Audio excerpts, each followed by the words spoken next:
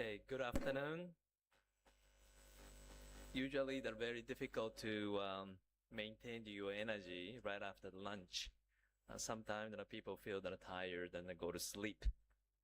But I try to make you entertained so that we have the lively discussion today here. And again, thank you very much for everyone for joining this 2 days workshop. Yesterday we had the very good discussion, and then we learned a lot of the different technologies that can be utilized in the future of the market, vegetable and the fruit market, not just in India but also the other parts of the world, especially in the context of the Asian countries. And I think there are a lot of the opportunity for us to put our thought around and then put the energies to improve the market situation in Asia. As I mentioned yesterday, the improvement of the market is a must-have thing. We talked about the bankable project. If it's a bankable, it means that we need to worry about the feasibility or the economic, maintenance of the facility. But if you look at the fundamental element, which is food for our livelihood, it is a must-have infrastructure. It's like a road, or it's like electricity. So I really urge everybody here to voice out the need to improve the market infrastructure. For that, I believe that we need to work together.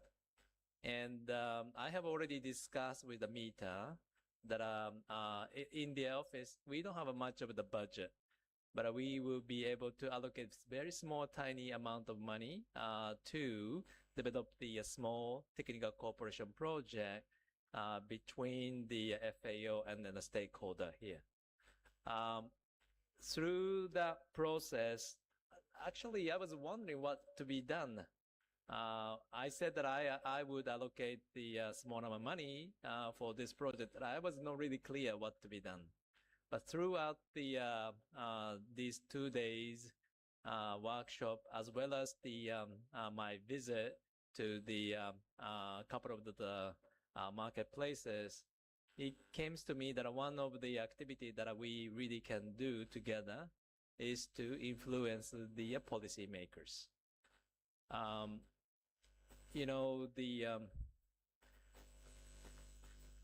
The issue of the market is being handled mainly by states or the municipality. And then FASI should play a very important role, but I don't see that the FASI is putting in their foot into this market. And we've been developing the memorandum understanding with the FASI. So I would include the part of the activity on the market infrastructure or regulation of the infrastructure and the market as a part of the memorandum understanding to work together with the FASI.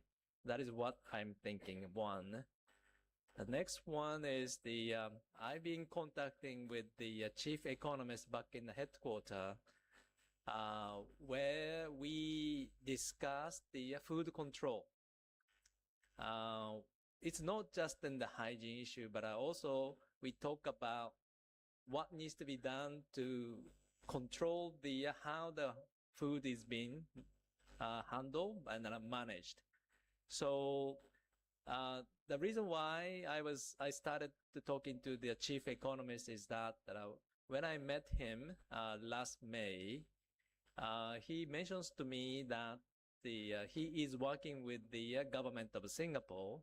There is the food authority in Singapore, which is very, very strong entity in Singapore.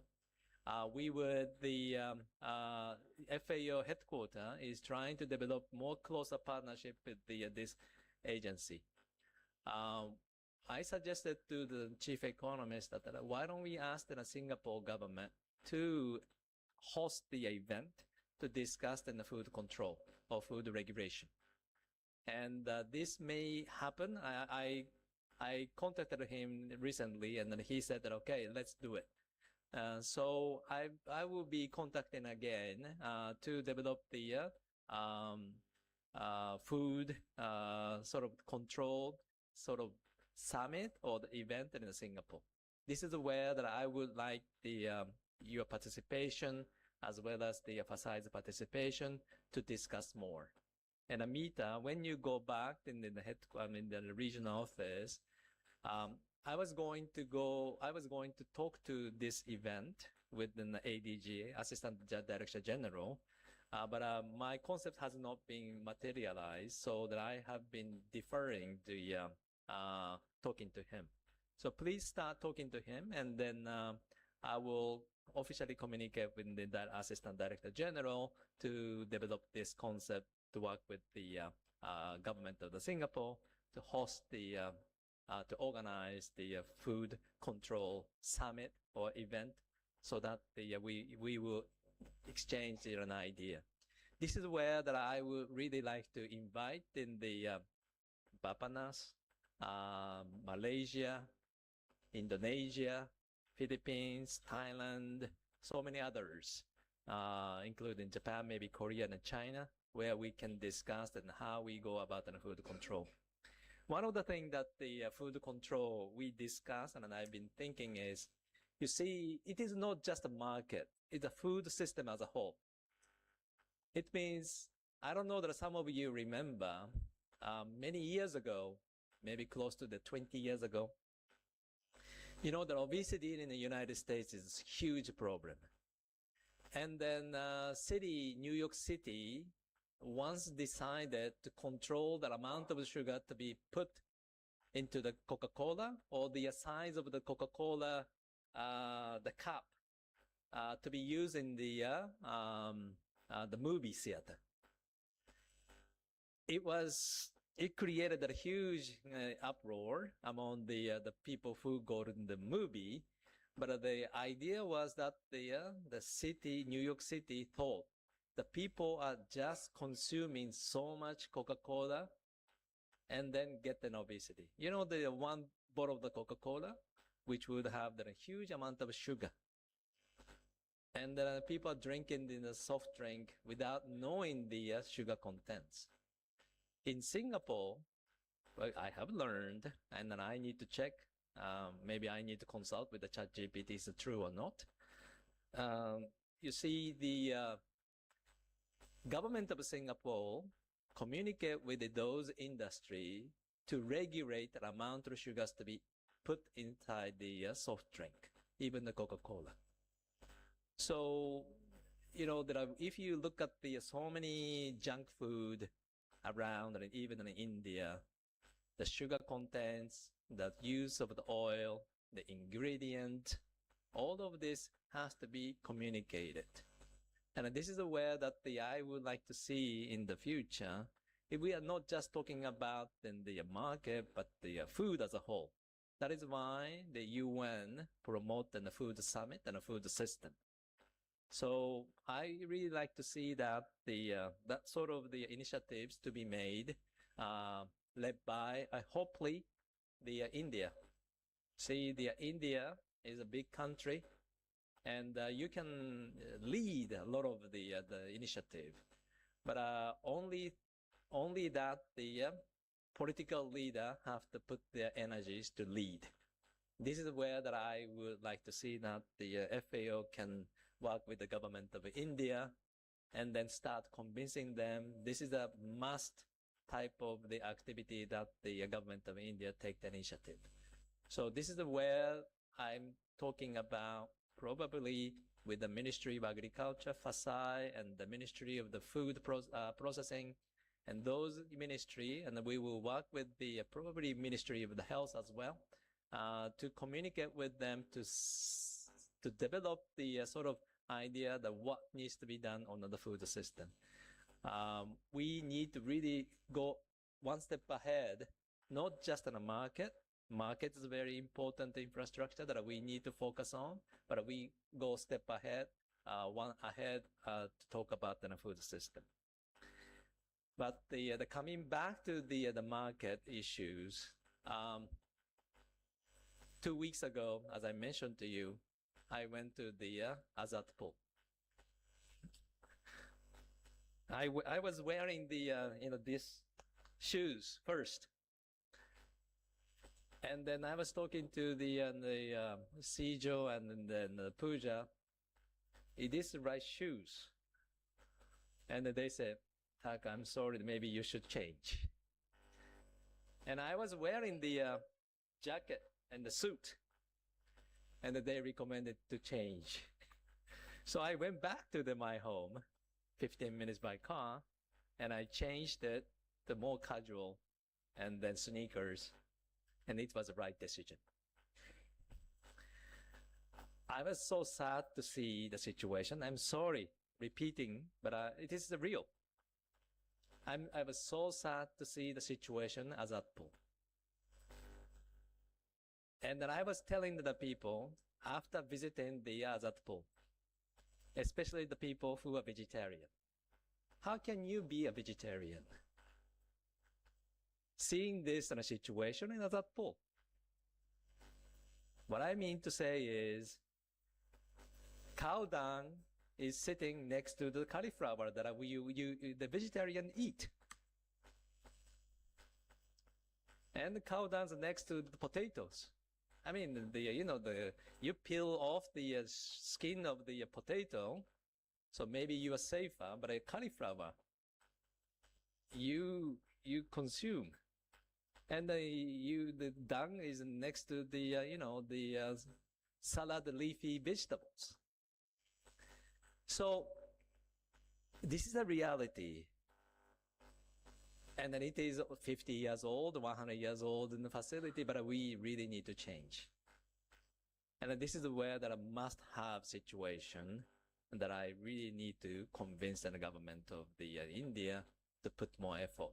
But luckily, we have a good leader in Haryana that took it seriously and invested more than, I believe, the 300 million and close to the 500 million US dollar worth of the budget to improve the market structure in Haryana.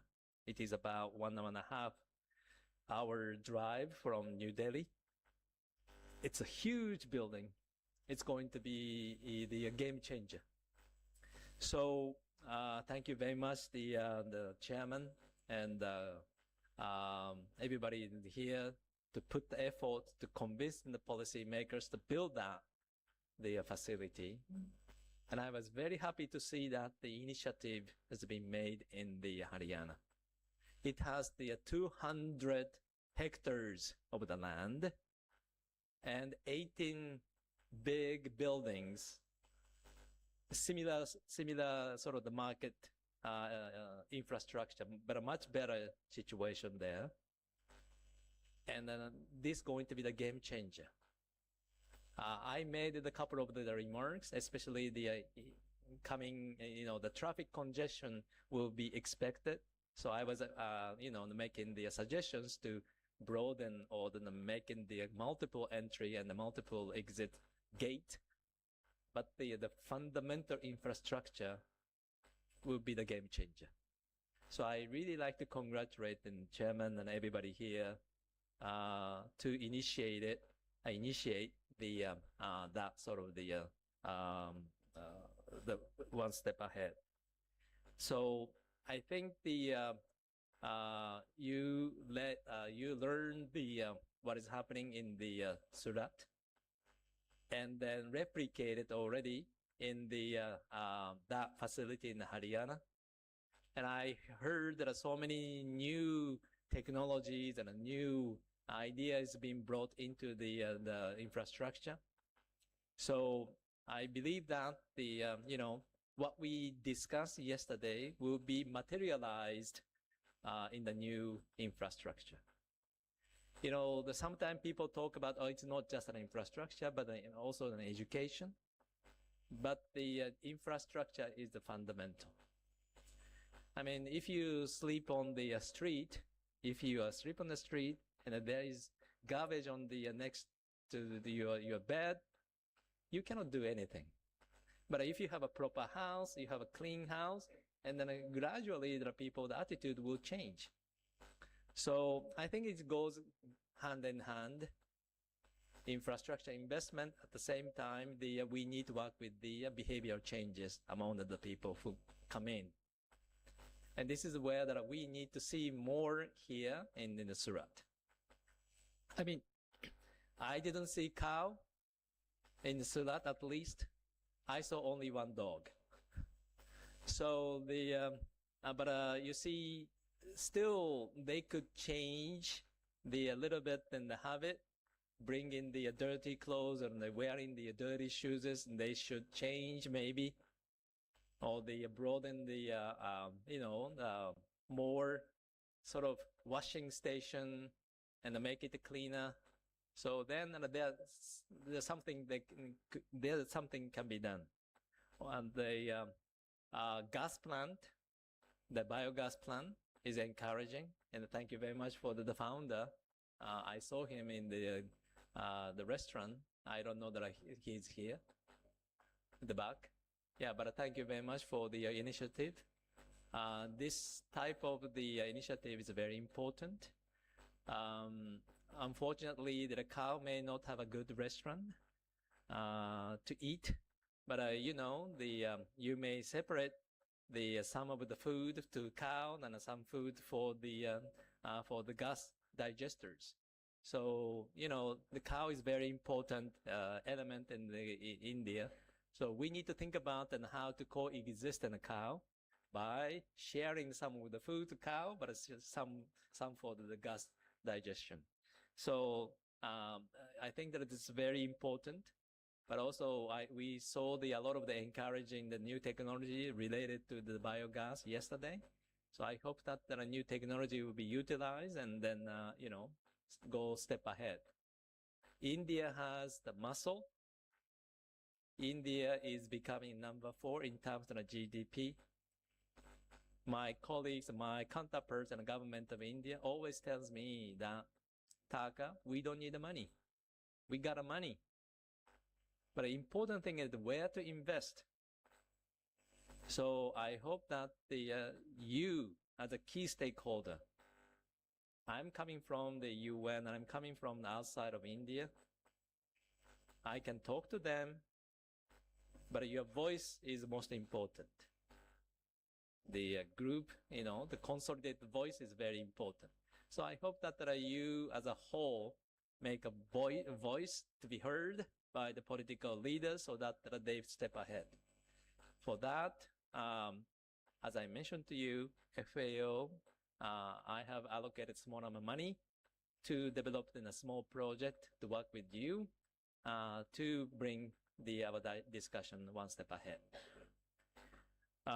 Before closing my final remark, this is the book produced mainly by the World Bank.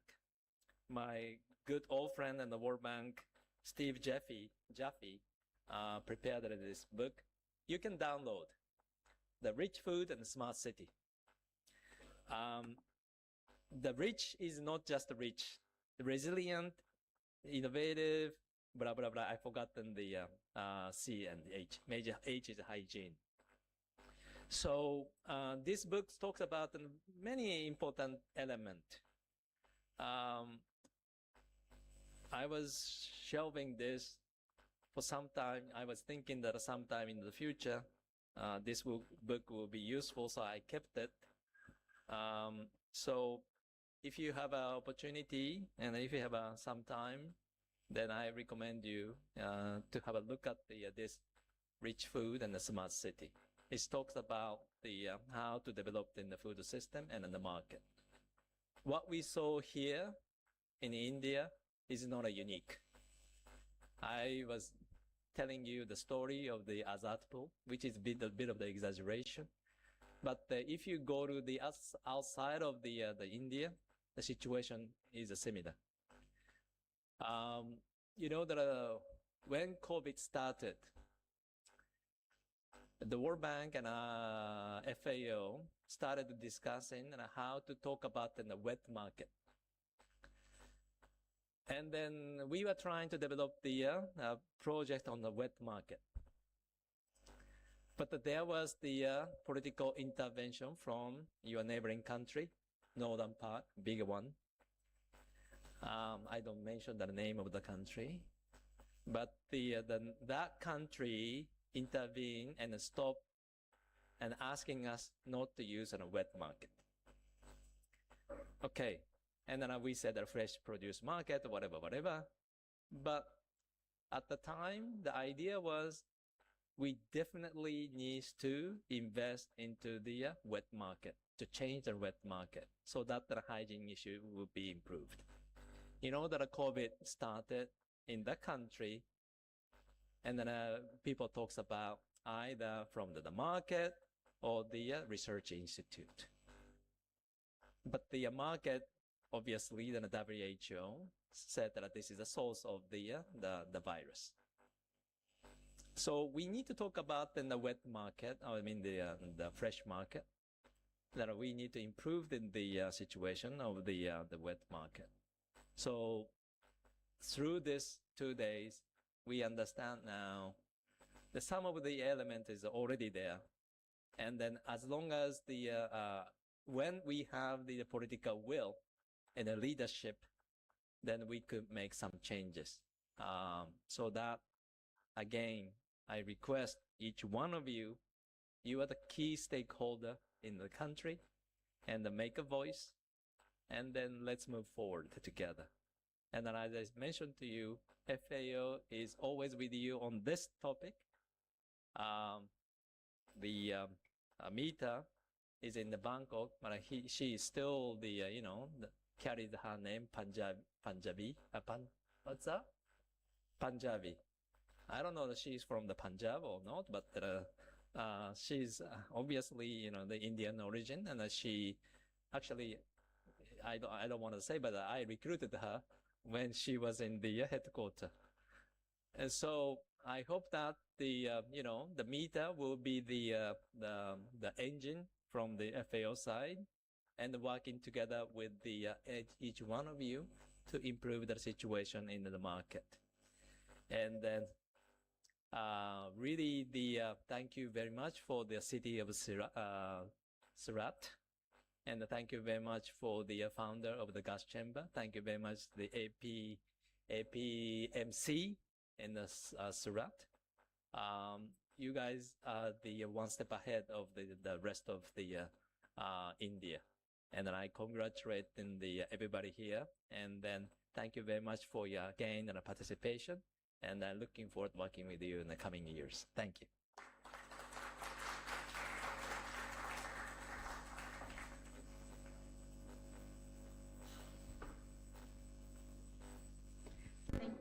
Thank you so much, Taka, for those very inspiring words and the flagging the issue of hygiene. We are all going to remember it and, be motivated.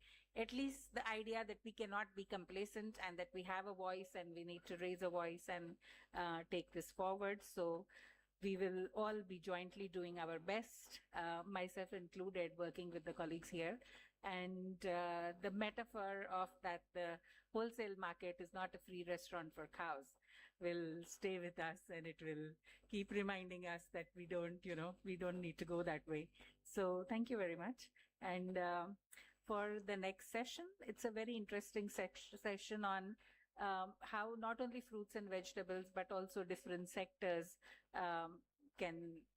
food loss and waste is important. And of course, we start with a very interesting presentation on carbon credits, which is the basis for a lot of this. I will ask our colleague here to come and moderate the session. Mr. Good.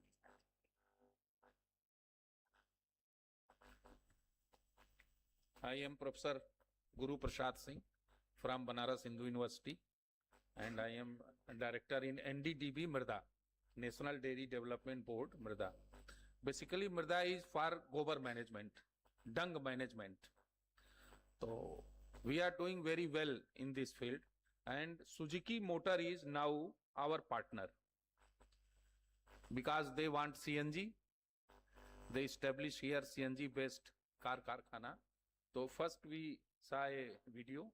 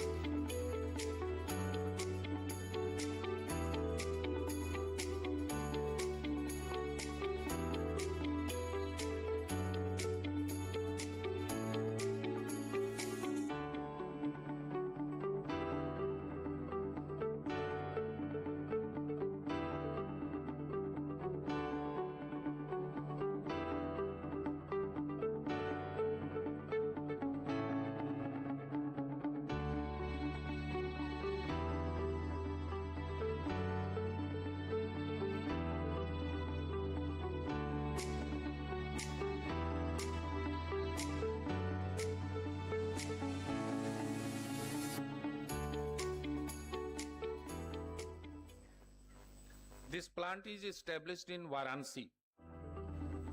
100-ton dung per day we purchase from the farmers and make this biogas, slurry and fermented organic manure and prom, phosphate rich organic manure.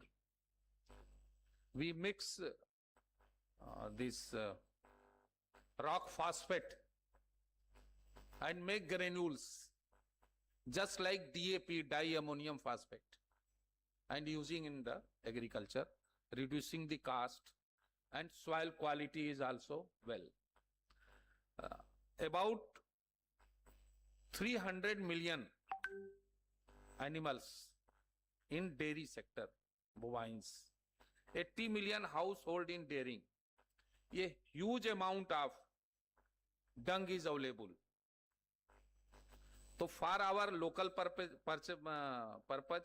agriculture purpose, and our energy purpose, silent features are here. Potential to fulfill 50% of India's cooking energy need. ये हम कर सकते हैं through this dung or biogas. 100% rural India's cooking energy need. There is no need of cylinder in rural area if we use this technology. 40% of India's NPK, nitrogen, phosphorus, potash need, fertilizer need of 40% we can fulfill. Power many millions of vehicles per day through CNG.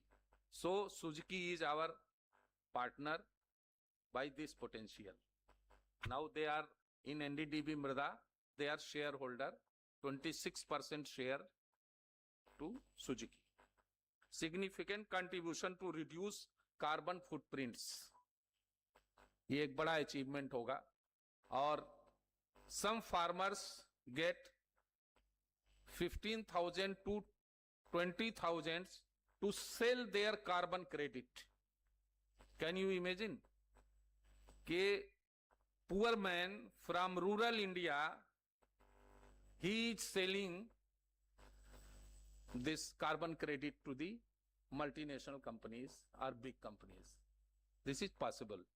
You can anytime see this, our plant in Varanasi, because the PM is from there. So we established first pilot project to there and very big potential in this field. Now I am calling to Mr. Ram Babu. He will talking about carbon credits. Mr. Ram Babu is here. Please, sir.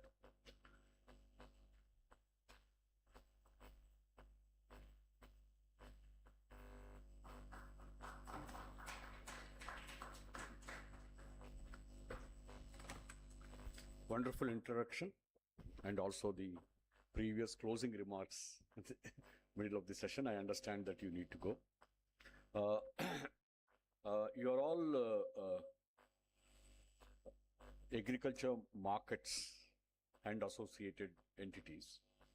I just wanted to give you a bit of introduction on the role of agricultural sector in the greenhouse gas emissions.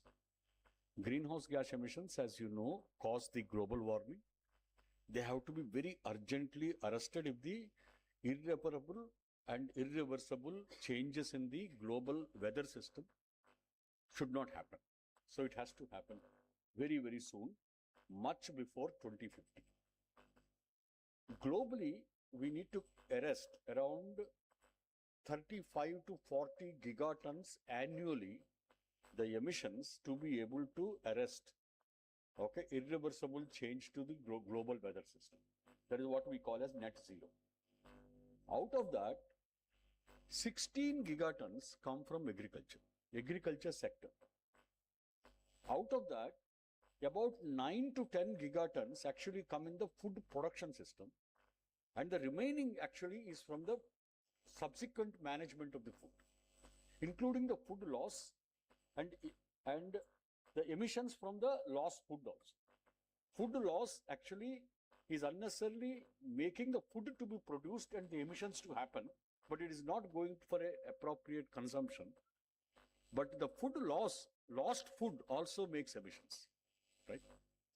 So if you are able to appropriately manage the food loss and minimize the food loss, you are targeting something like a 6 gigatons.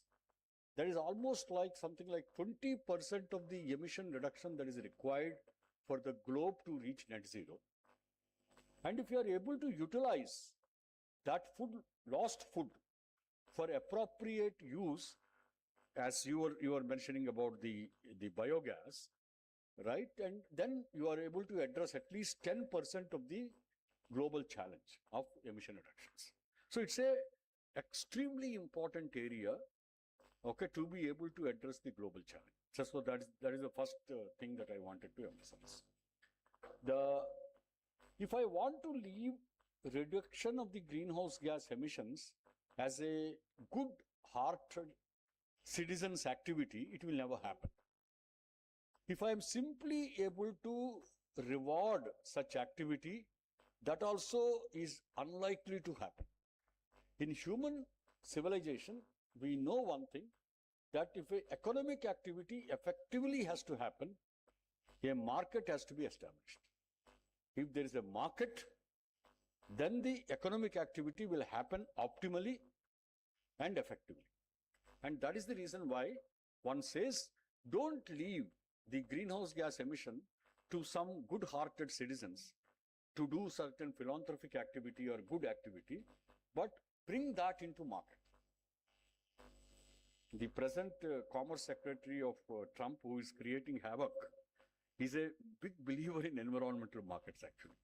He had a company called Cantor Fitzgerald, and I worked with him in Cantor Fitzgerald. I used to manage his Asia company here. And he believes in environmental markets, and we used to have a company called Cantor CO2E, okay, during Kyoto Protocol period. Okay. So it's absolutely important. I'm talking about whether right or the left, whether Democrats or liberals.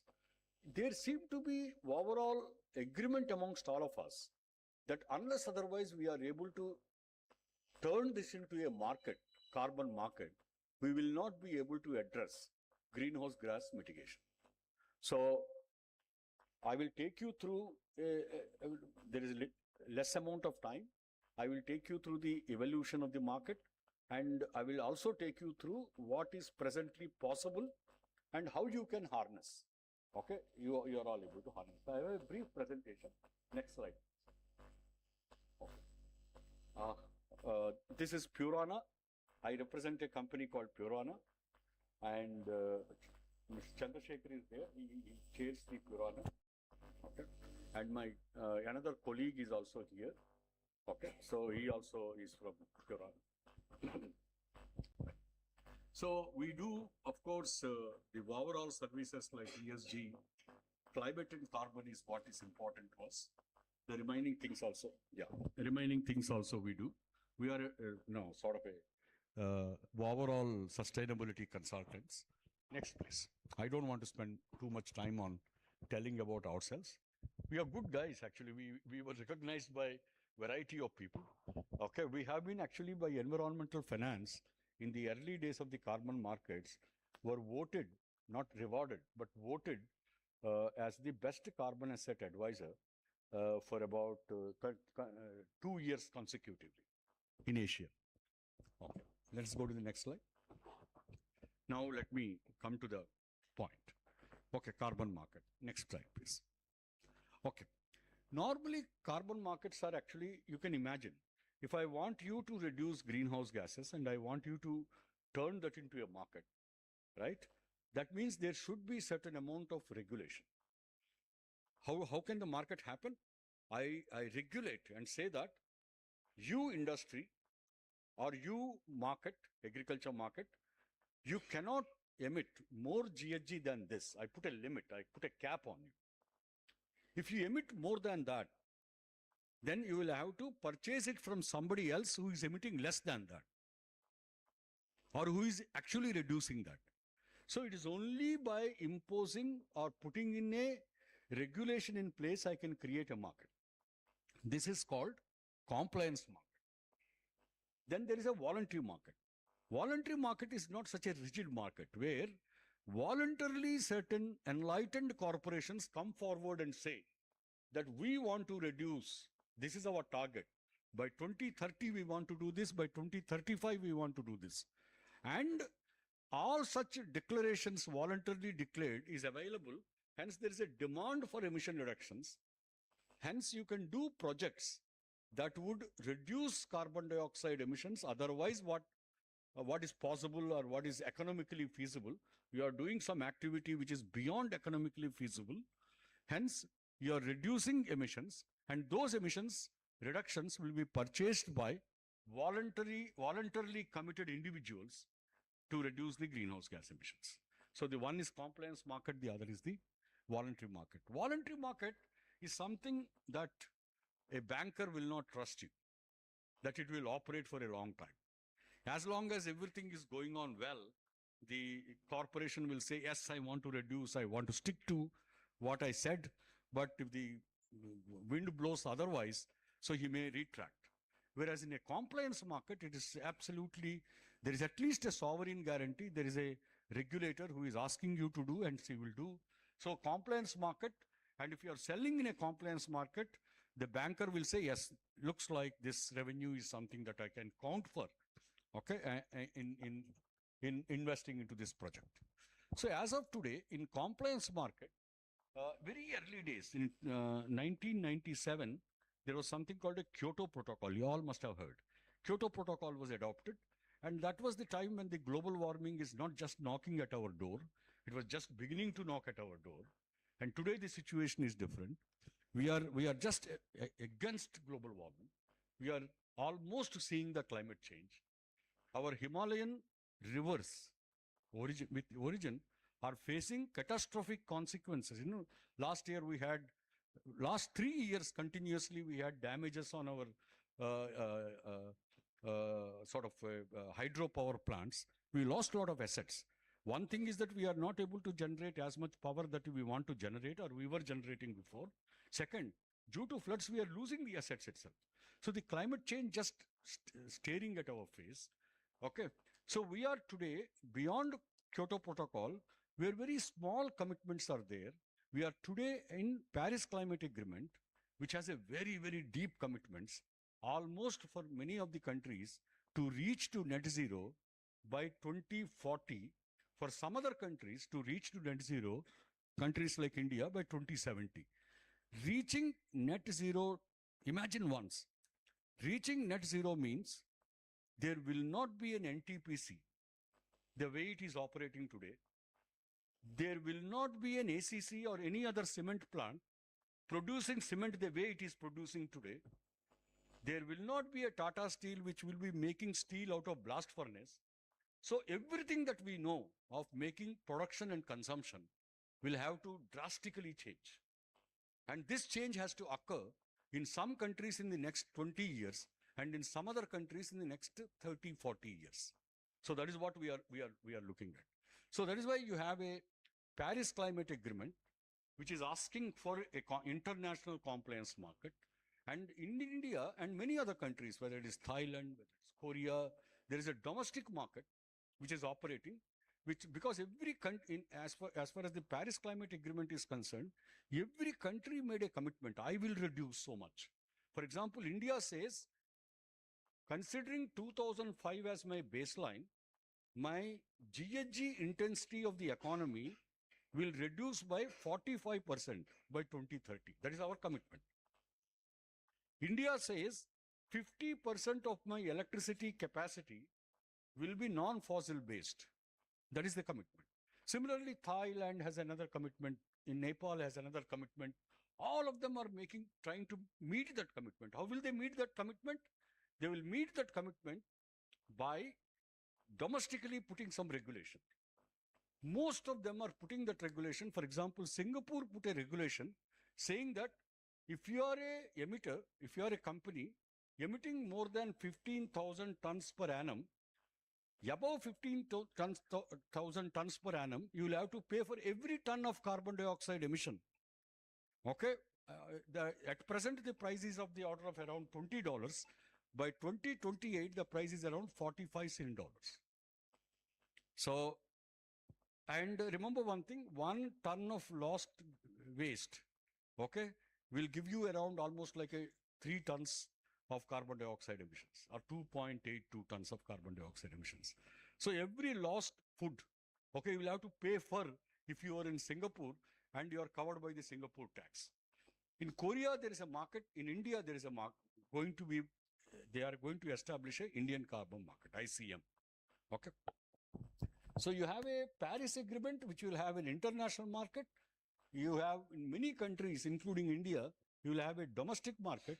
Domestic market is to meet countries' NDCs, nationally determined commitments. Commitments that I made to the Paris Climate Agreement. If I have to meet them, I will have to tell my industry, you have a cap. You cannot emit more than this. So if you emit more than this, you have to buy from others. So that is what becomes the market. Okay, you have a domestic market, you have an international market. Under the Paris Agreement, international market, under the Paris Agreement, you have 2 kinds of markets possible. One is called Article 6 governed by Article 6.2 of the Paris Agreement. Another one is governed by Article 6.4 of the Paris Agreement. Article 6.2 of the Paris Agreement is generally through bilateral agreements. And Article 6.4 does not require any bilateral agreement. India has already signed bilateral agreement with Japan and is likely to sign with South Korea, likely to sign with some more countries. And such bilateral agreements, for example, Ghana had signed with more than something like 15 countries. What is this bilateral agreement? That means Japan is going to tell India, look, if you are able to beat your NDC, and beyond NDC, if you want to XYZ work, additional to NDC, additional to your commitment, that emission reductions I will purchase. And those emission reductions I will use to meet my commitments, because Japan meeting its own commitments are very, very challenging for them. It is much more expensive for them. So Japan wants to purchase from India, and India says, okay, I will meet my NDCs by putting up wind plants, by putting up solar plants, but there are some activities, India says, will not be covered under my own NDC. What are those activities? They are energy storage, they are green hydrogen, green ammonia, and solar thermal, and many other activities which are very, very expensive and tough to do. But India also has included compressed biogas as one of the activity, okay, for the international market. It is outside the NDC. If you are doing compressed biogas, the emission reductions that you are doing via compressed biogas can be transferred to Japan. If it gets transferred to Japan and not a part of India's NDC, what is the difference? See, when there is an Indian market, okay, what is the cost of reducing 1 ton of emission or 1 or 2 gigawatt hour of power, let us say in steel industry? In India, we have a lot of opportunities, and you can actually do better things at a lower cost. We call it marginal cost of abatement. The less developed the country, the marginal cost of abatement will be less. The more is developed country, the marginal cost of abatement will be more. That's simple sort of economics and the state of. So the marginal cost of abatement internationally in the developed countries is much higher. So if I am getting an opportunity to export my emission reductions outside the country, I will get much better price. And that is precisely what the compressed biogas gives you. Okay. So you have Article 6.2, 6.4.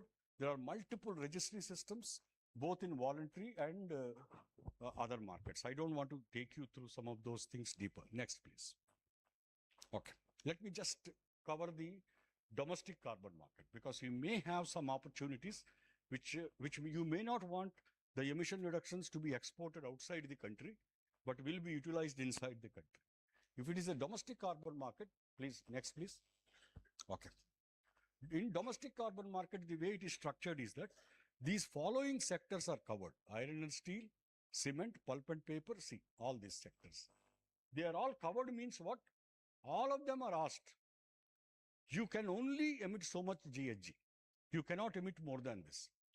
If you want to emit more than this, you will have to purchase it from somebody else who is emitting less than that. Net to net, all of us put together, we are all emitting only so much. So this is the cap and trade system that the Indian carbon market is going to have. So about few thousand entities, everybody is not included in iron and steel. Some small players are not included. Which are the entities that are listed? They are all listed and their targets are listed. So they are all told that by 2026, you can emit only this much, 27, you can only emit this much, etc., etc.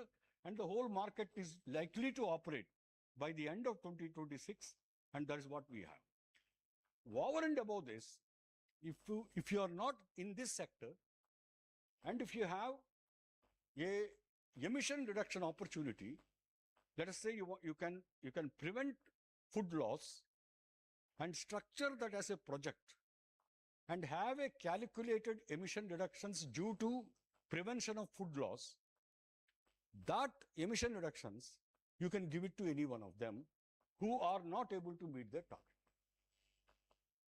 If you are able to do a CBG out of the wasted food, and that is causing certain emission reductions, because wasted food otherwise would have emitted methane.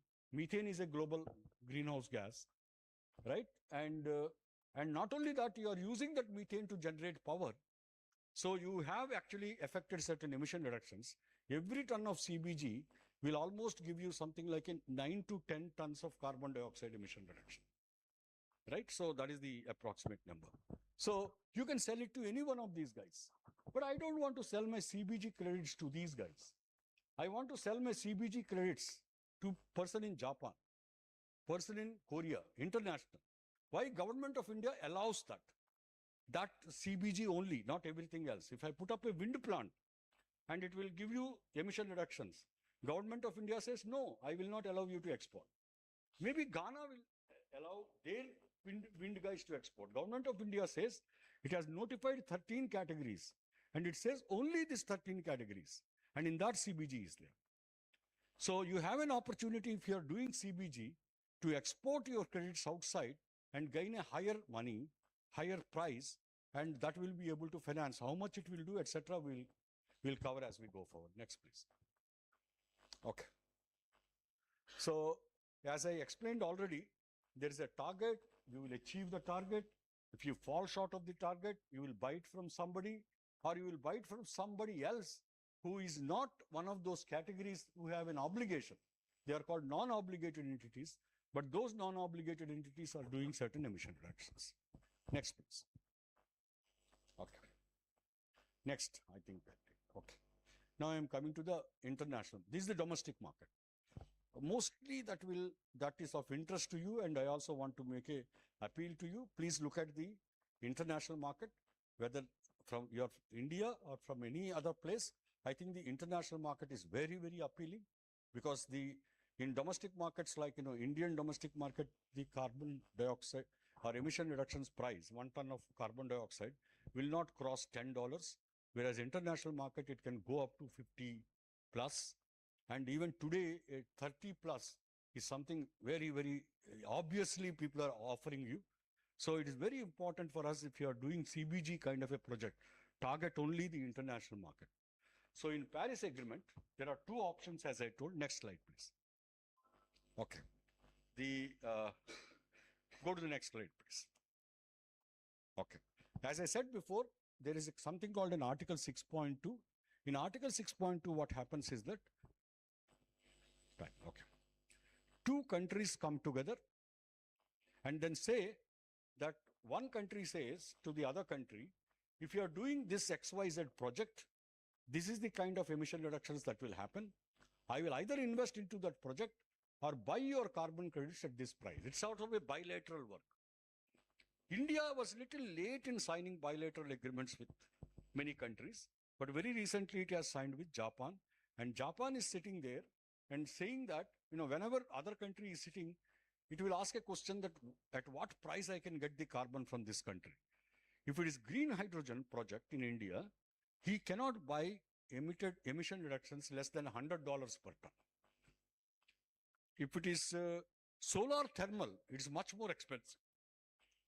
So one of the cost effective amongst these 13 categories is the compressed biogas. In compressed biogas, if I see viability gap, is there a viability gap and how much is that viability gap? Normally in compressed biogas, the viability gap is small and this viability gap can be bridged by about $10, $15, $20 price. So the Japanese government, which has signed the bilateral agreement, is very keen on pursuing this low cost available emission reductions, which is from compressed biogas, is quite keen. Same thing with South Korea. All of these countries are eyeing, out of the 13 categories, for them the most attractive is CBG, where the viability gap is less. Hence the price of carbon can be less. Of course, you would not sell less just because it is costing you less. It will all depend, it's a demand supply issue. Okay. Okay, fine. Let us go next slide, please. Okay, this is only to show I'm not talking about a very hypothetical scenario. There are multiple bilateral agreements that are there already operational in across the country, across the world. Only in India, they are little recent and just now started. The Japanese have signed a bilateral agreement. Next, please. Okay. Next, please. Next. I think, fine, go ahead. Okay. These are the 13 categories that the India is allowing. It may be different for Thailand. It may be different for Ghana. Okay. And some other countries don't announce categories. They say, you get me a project. I will see whether this project can be allowed to export the carbon credits outside under the Article 6.2 or 6.4. So, but Government of India is very more transparent and it has declared these 13 categories. So, your project falls under 13 categories. You have no doubt that you will get a sort of a approval. So, for you, something that could be interesting also could be sustainable aviation fuel. Your sector also gets somewhere nearer to ethanol and sustainable aviation fuel. The obvious thing that is of interest to you is the compressed biogas. Next. Okay. I think this is what I just wanted to do before closing down. Okay. One case analysis will do. Next, please. Okay. This is the one small case that we have taken is the Rudrapur bio-CBG plant. It is converting regional organic waste into clean energy. Location, Uttarakhand. Feedstock is around 30 tons per day. The output will be around 2.5 tons per day. That's the biogas output. Okay. So, of course, it combines the food waste with the certain amount of press mud, certain amount of Napier gas. When I calculate emission reductions, the more the food waste, the emission reductions are more, because that food waste otherwise would have emitted methane. Napier gas would not have emitted any methane, right? So Napier gas is like a press mud. I am not sure. One needs to prove what otherwise would have happened. So more is the food waste, more are the emission reductions. Next. Okay. So around 10,000 tons per year organic waste is going. The energy value is around 825 tons per year bio-CBG. And the emission reductions are around 3,200 tons per year. They are verifiable emission reductions according to a methodology. There are a lot of penalties, all those penalties, reductions, etc., are done. No, we have not. Yeah. The cases doesn't include that. Okay. Cow dung, if cow dung is there, it is almost like we can treat it like a food waste, because otherwise it would have emitted methane. So it is almost like a food waste. Next. Okay. So annual emission reductions are around 3,200 tons, and the carbon price that we have assumed is around 2,250 rupees per ton of carbon dioxide. That translates to, I think, around $30. And $30 price is a very common price now. That means tomorrow, if a bilateral agreement with Japan, the first price they may offer you is of the order of 2025. With a negotiation, it can go south or north of $30 kind of a number. And it all depends on what kind of an agreement it is. Let us say you are ready to say that I promise you that I am supplying you every year 5,000 tons per year. If I cannot supply, I fail to supply, I will buy it from the market and give it to you. With that tight agreement, if you make, I think the price will be high. And if you make an agreement, whatever I can supply, whatever I have, I will supply to you. You need to pay me a price. Okay, that doesn't have any penalty, etc., etc. The price will be a bit low. So these are the commercial aspects, contractual aspects. But generally, you can assume that the price will be around $30. Okay. So the gross annual revenue is around 72 lakh. And a lot of costs are involved in the documentation, etc., etc., and monitoring and verifying and submitting it to the UN and getting issuances, and there is an issuance fee, all costs included.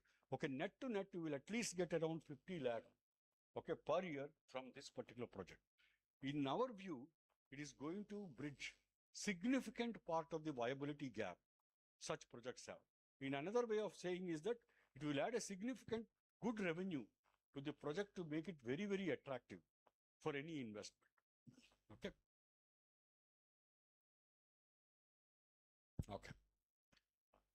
So if you really do different carbon prices, okay, the net present value of the carbon revenue, okay, will increase, to the extent of, if you're able to get a $40 price, you're almost talking about a net present value of around 5 crore or something like that.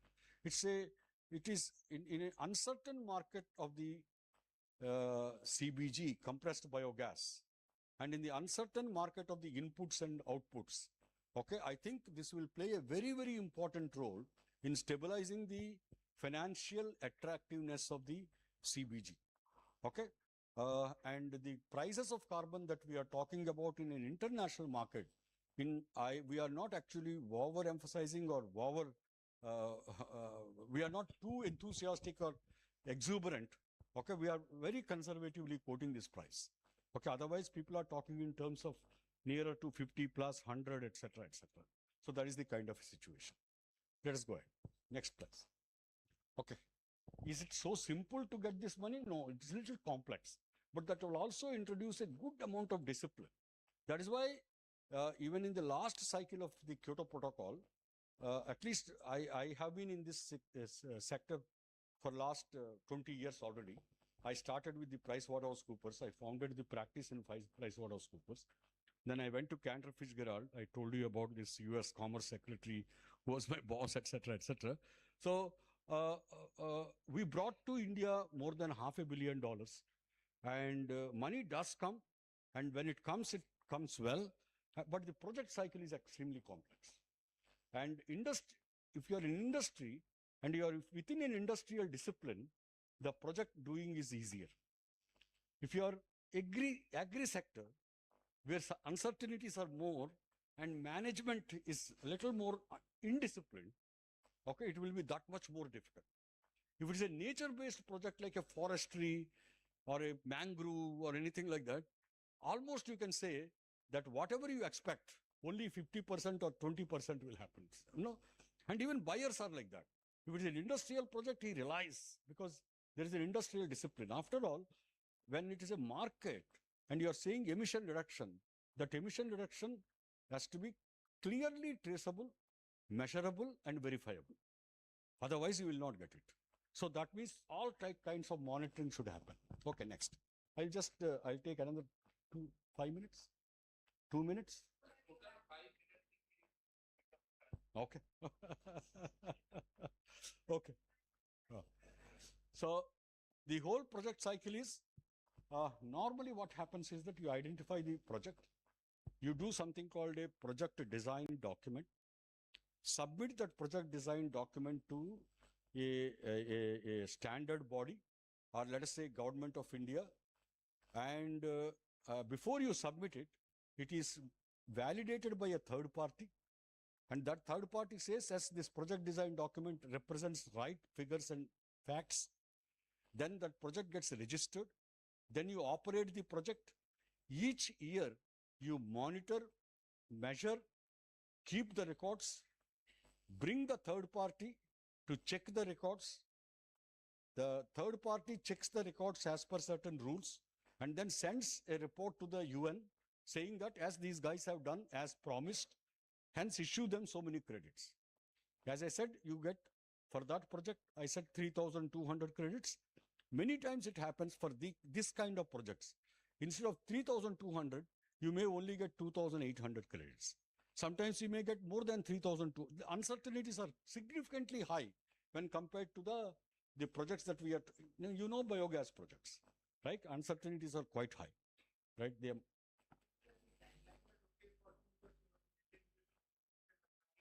no, after the project starts operating, normally if the volumes are very big, since money flow is very important for me, I will do every quarter a monitoring report and get the money out.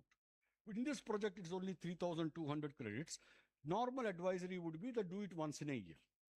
Okay, but there is no limit as such by the regulation. Okay, you can, there are times, there was a project done by present what the guy called Inox. His company is called GFL, Gujarat Fluorochemicals. His annual emission reductions were of the order of something like 7 million. And 7 million revenue means a huge revenue. So you used to do monthly monitoring report. You used to get monthly money. So it all depends. For you, it is like an annual emission reduction.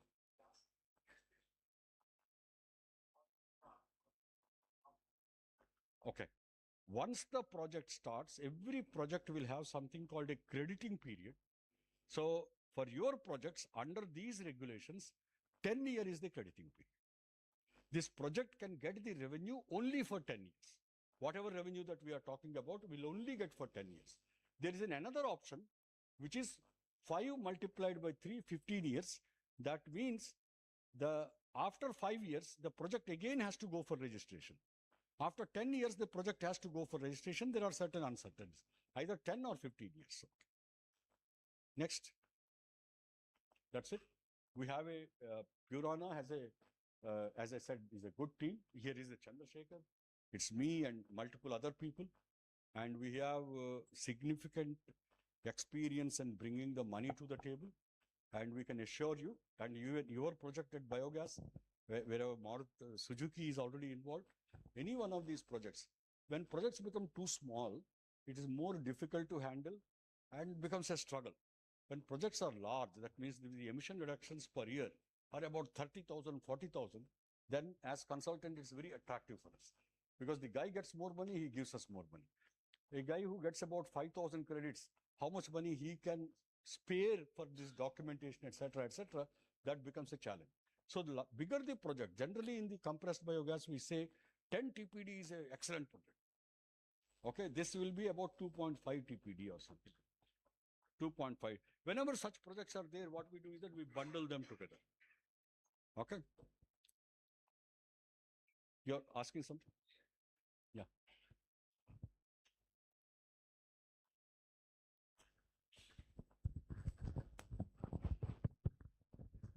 Thank you very much. This is very interesting and very important information. FAO also started the carbon credit project together with the NABARD. Oh, okay. And we have MOU with the NABARD where that we are trying to develop the carbon credit projects. It's very important that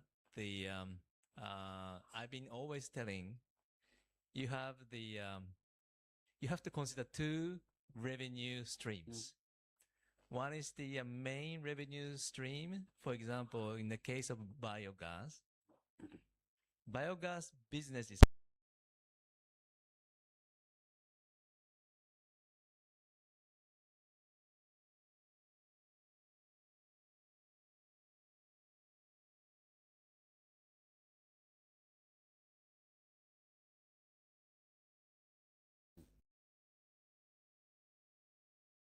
the carbon credit as a main revenue stream. And if something goes wrong, then whole system will collapse. Yeah.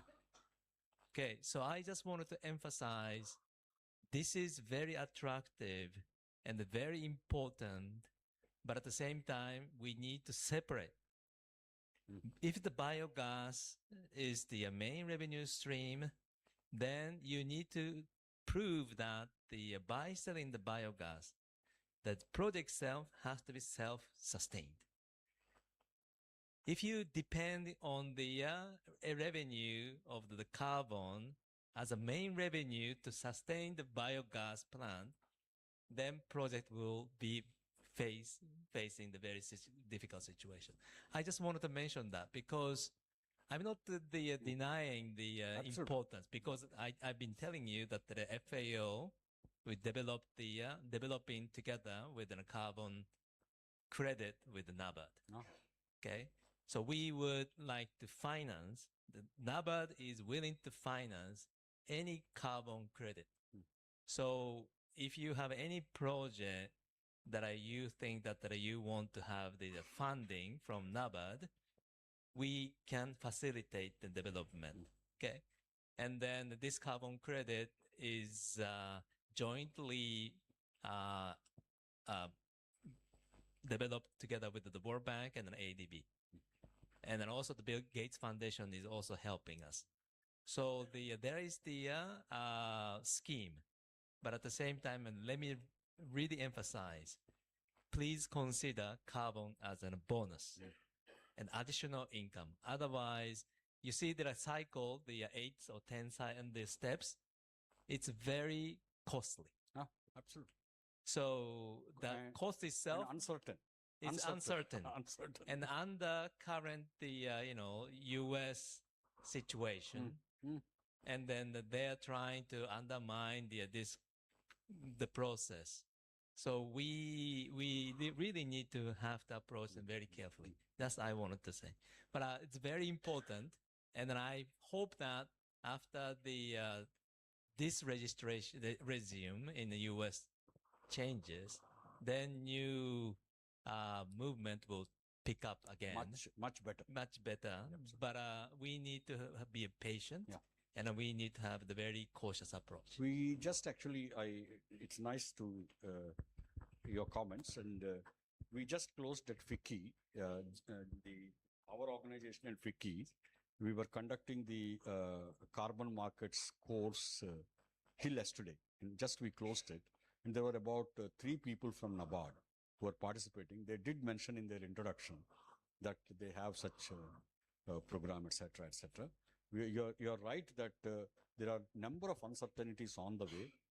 That's the reason why we say that if everything is focused on carbon only, for example, there are cook stove projects, etc., where the only revenue is carbon, they will not be able to do. First thing is that you're almost on the border. You will be able to do well. It's self-sustaining. Then carbon comes and says, I will cover all your risks. Any further risks, I'll be able to cover. So the compressed biogas is a wonderful project of that kind. If it is a green hydrogen, I advise a company called Greenco, and we do a lot of green hydrogen and green ammonia. There the viability gap is huge. If the carbon doesn't come in, Trump comes and does something, that we are finished, right? So compressed biogas is very nice project. It is a very sweet project in that category. Thank you. Thanks a lot. Thanks a lot. Thank you. I would also like to supplement for this, for your information, this feasibility report for Rudrapur market we prepared, COSAM prepared it.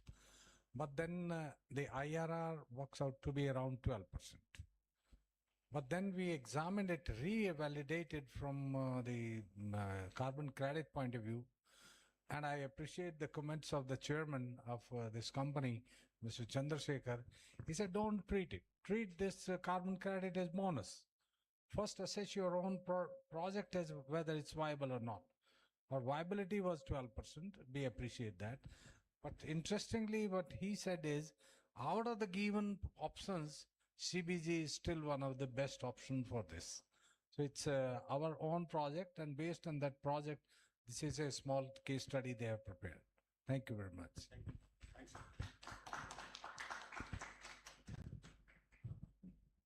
you, sir. Next speaker is Mr. Rajdeep Mukherjee, VOBP IGO. He will tell us about fisheries waste. It's very important.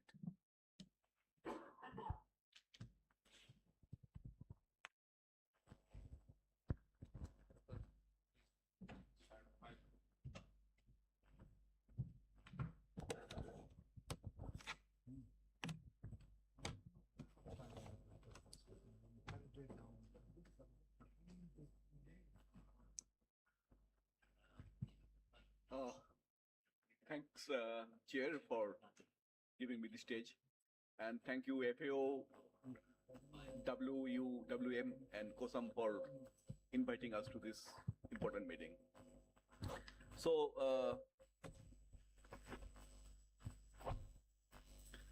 I just try to be brief and the key learnings from the workshop and what the fisheries sector is featuring in this whole scenario. Let me give you some statistics to establish fisheries in the scenario. It is the fastest growing sector as far as agriculture is concerned, the agriculture segment. Shrimp is the second largest export from India. And overall, the sector employs about 14 million people in India. So, and especially in the areas where nothing else is available, like there's no agriculture, very limited road facilities, the hinterland, the coastal areas where there are other livelihood options are not available. So we are talking about such a sector here. I am Rajdeep Mukherjee. I'm coming from the Bay of Bengal program. It is a regional fisheries advisory body. We work with Bangladesh, India, Maldives, and Sri Lanka. So what's happening in fisheries? Let me rephrase in terms of this workshop. We have two main stream of discussion.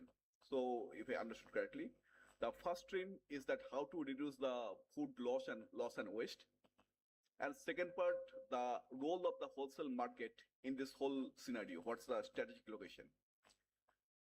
When we look at the fisheries, 1 out of 5 fish that we catch don't reach to the wholesale market at all.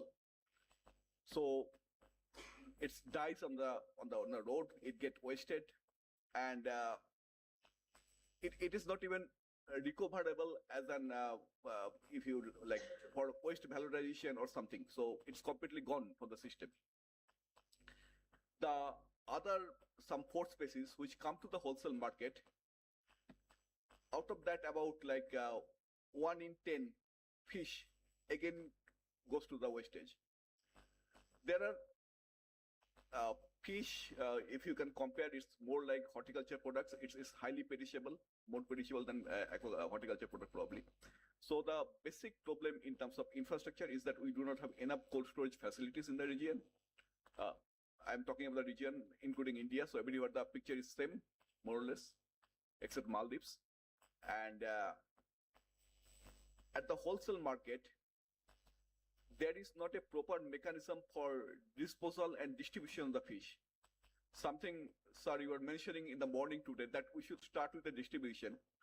That is again something, a missing link when we look at the fisheries sector. We start from the production part when the fish is taken out of the water, and our focus is on sending it to the market. But the part from the market, how it will go to the consumer, we have not broken the code yet. So that's the major problem as far as fisheries is concerned. Now, if we come to the national scenario, what's happening? Haryana and Punjab, the North Indian states where fish never grew in the past, are now becoming a major states in fisheries production. They are doing more shrimp farming and also the other farming. So the fisheries production chain is being spreading across the country, from the traditional center like South India, Bihar, West Bengal, Assam. It is spreading to the other part of the world. But in terms of wholesale market, we have few centers. One is Howrah, then Kochi, and these two are the major markets. Kochi in terms of export and consumption in South India, and Howrah in terms of East India. So fish from all over the country tried to come to this place either by train or flight, mostly by train and other things. And in the process, they get delayed. There are congestion at different level of the supply chain. This is something we are unable to break so far, and this is something what we need to work on. I think my time is coming to an end. So finally, coming to that, what government is trying to do the problem. Some 5 years back in 2014, the Fisheries Ministry has been set up by Government of India as a separate ministry. And once the ministry come into the picture, they have two important schemes that they set up. One is Prime Minister Matsya Sampada Yojana, and a new scheme is come as a PMMK SSY. So Prime Minister Krishi Matsya Sahayata Yojana. So my purpose of coming to this workshop also to invite the technology partner here, that the experience you gathered in the wholesale market in terms of horticulture and other product, the value chain you developed and the traceability mechanism that you developed, if you can bring the same to the fisheries sector. There are encouragement from the government, both National Fisheries Development Board and Marine Product Export Development Authority, which is a counter of Agriculture Product Export Development Authority. So they are trying to develop the traceability system and the marketing system in bringing in the e-governance and traceability throughout the chain. So, and as far as Bay of Bengal program is concerned, we are ready to work with you, hand-holding, and also like building linkages with the national institution so that we can work together. And thank you for this opportunity. It was a great learning exercise. Thank you.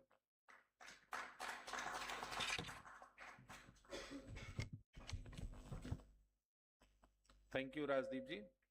Now I am calling most experienced person, Dr. Umbir Singh. He works with NDDB, fruit and vegetables, and he visited, I think, worldwide vegetable markets and having a big experience in this field. My name is Guru Prasad, but actually he is my Guru in this field. So I am calling Dr. Umbir Singh.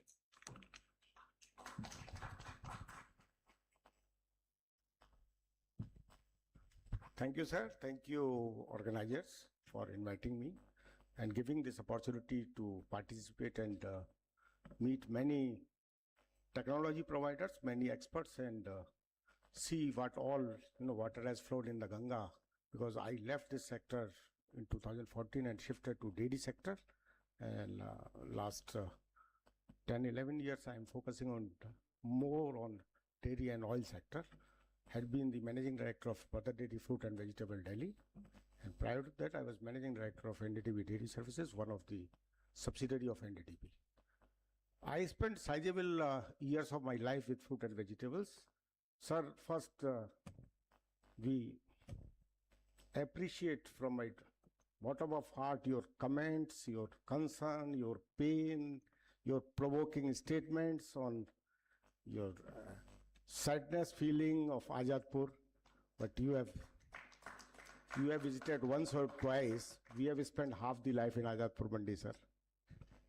See our pain. When we started long back in 1988, the fruit and vegetable called Safal, Sabji and Fal. Safal means success. We started our business. We were also facing the same problem. As of today, we are handling close to about 700 tons of fruit and vegetables every day. Not very large number, but for a single operator, 700 tons is reasonable figures.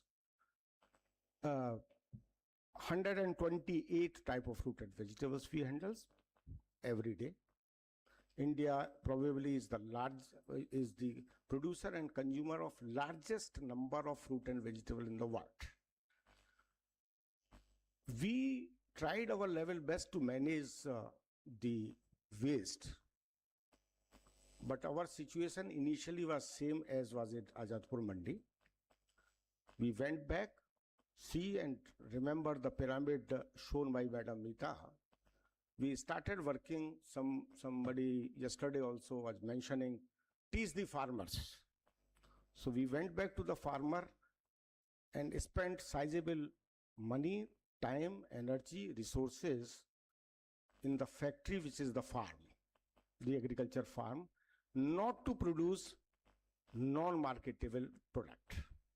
So we arrested sizable or significant percentage of food loss or food waste, which you saw in the mandi today in Surat or Azadpur, was initially arrested in the fields itself by way of providing the right quality of seed, the variety, agronomic practices, pre-harvest practices, services of entomology, pathology, post-harvest management, machineries, etc., etc. So sizable arrest has happened at the farm level.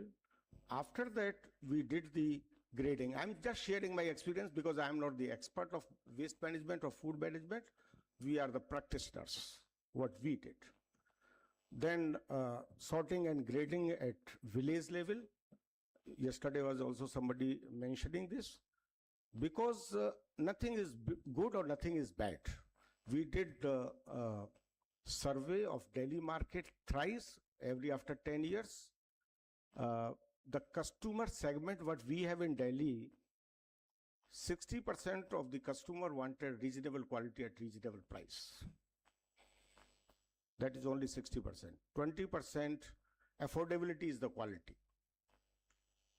This is what is my price. Whatever I will get of this price, this is my quality.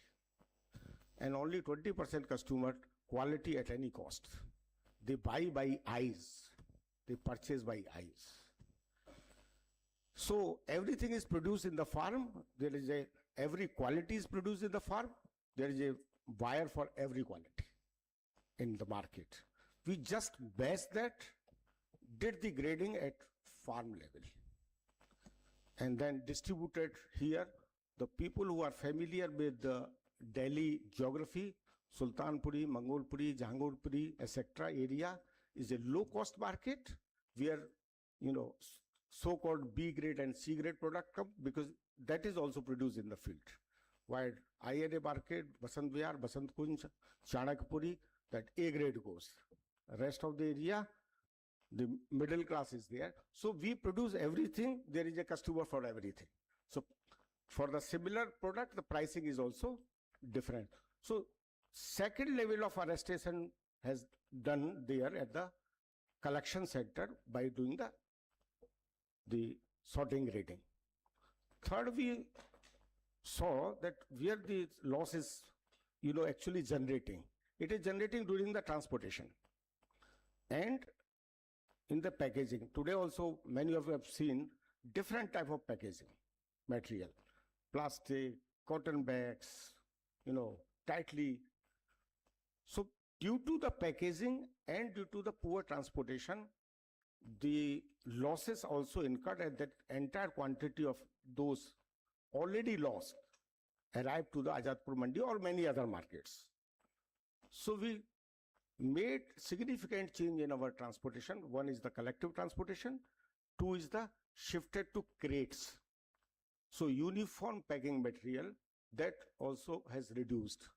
Fourth was the number of intermediaries were too long.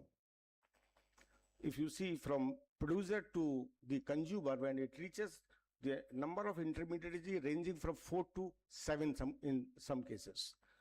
When the produce is, handled at multiple hands, takes time. It is being touched by the people. Loading, unloading happened 3 or 4 times. Hence, the non-marketable, non-consumable ratio increases. So that we reduce by way of, setting up the cooperative in the villages and linking the farmer directly with the consumer. By way of taking care of these 4 or 5 small steps, we have seen that our so-called the losses are not very significant. I'm not saying that it is zero, but insignificant. If somebody has visited, if not visited, please visit. We have a setup in Mangolpuri, huge big private market in Bangalore, the first of its kind private market in Bangalore called Safal Market, right? And moreover, we tried many technology over last 36 years. One like making, we are the largest producer and marketer of Safal brand of peas. And it is a now 36-year-old brand. Pea shells we are generating close to about 70-75 tons a day. Similarly, the mango pulp, mango skin and mango stone we generate during the mango processing about 150 to 200 tons a day. So, and that of close to about 70 to 73 days mango. Similarly, papaya and tomatoes and processing industry. When Dr. J.S. Yadav, the symposium is talking more about the wastage of food loss, food waste in wholesale markets. But if you see beyond wholesale market, the quantity is not less than the wholesale market. It is equal. The processing industries. What we are talking, if we have a factory in Bangalore, we have a factory in Ranchi, we have a factory in Delhi, and we have 3 captive, our own factories, but more number of factories are outsourced, third party production. Lot of waste is being generated during the processing period. We tried making paper out of pea shells, could not succeed. We tried to make fiber out of pea shells, could not succeed. Cattle feed, our friend Dr. V. Sridhar from NDTV was talking, we are in the process of making some silage. We really don't know. Succeed means, as per, sir, your definition, if it is not economically viable, NDTV don't consider it is a success. If you are not generating, you're not creating wealth for the stakeholders, it's not a success. So we could not. We tried to extract color out of pea shells, mango skin, wonderful technology, best product, very high price, economically not viable. We extracted oil from the stone of mango, very high price, lot of demand from the international market, have lot of medicinal value, could not be succeed. We are still looking for, not only in India, across the world, if somebody can help us in, with some technology which is like economically viable, self-sustainable, we will be happy to invest on that, right? So coming, Dr. Yadav, outside the wholesale market, in Delhi or like Delhi, in many other big cities in India, there are weekly markets. Semi-wholesale market. Sorry, where you are sitting is a semi-wholesale market.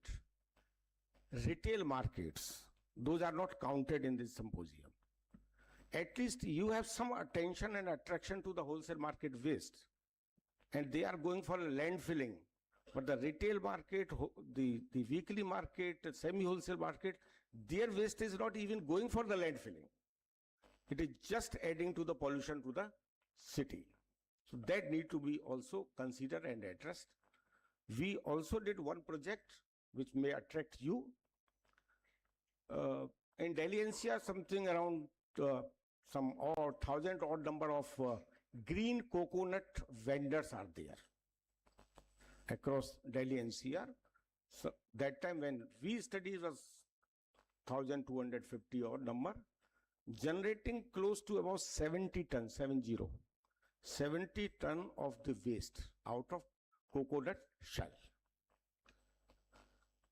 which is not included in the wholesale market, not included even in the semi-wholesale or weekly market or the retail markets. But it is a horticulture waste, it is coming out. Calorific value of coconut is slightly higher than the coal. We did some pilot project, which was only the project we find economically viable, which has supplemented the efforts of the coal for the thermal projects. We just dried that coconut shell, compressed as it is, not make any shape out of it, just to reduce the volume to transport from one location to another location, sold it to the thermal power plant. Since the calorific value is slightly higher than the coal, we found that it is economically viable, and they also find it is better because it was a cheaper raw material for them. Because of our own mandate, the person who is vendor is not the farmer, and NDDB is dedicated and mandated only to work for the farmer. Hence, despite of doing the pilot, we dropped that idea. If anybody wanted, they could take up that. Somebody was talking about the cow, and many times our very senior FAO representative mentioned about the cow. Sir, cow is very sensitive matter in our country, socially, religiously, politically. So much so, a sizable geography of this country is called cow belt. So we respect that, and we also respect your sentiments about the situation of the cow and the mandis. As far as your comments to the public or your provoking statement why the people are sleeping, sir, believe us, the world has witnessed, country has demonstrated much larger projects than what we are talking. Whether it is polio removal, polio vaccination in this country with 140 crore population, Aadhaar card, UPI, digitalization, Notebandi, and many more.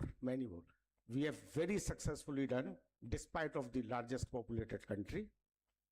It's the matter of time, sir. We did Article 370 also. So we will definitely, we promise FAO that it's a matter of time, we will do this also. Thank you very much. Thank you very much.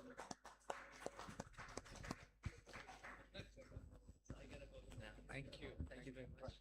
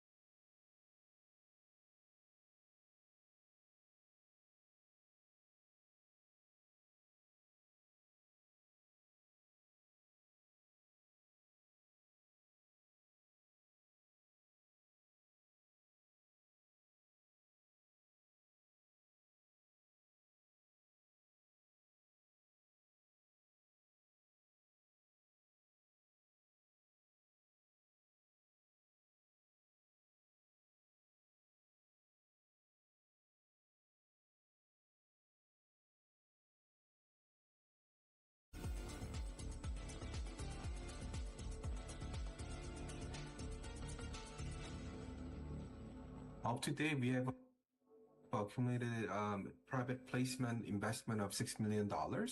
And we have created many different landmarks in Asia in terms of participation in P4G, Future Food Aid.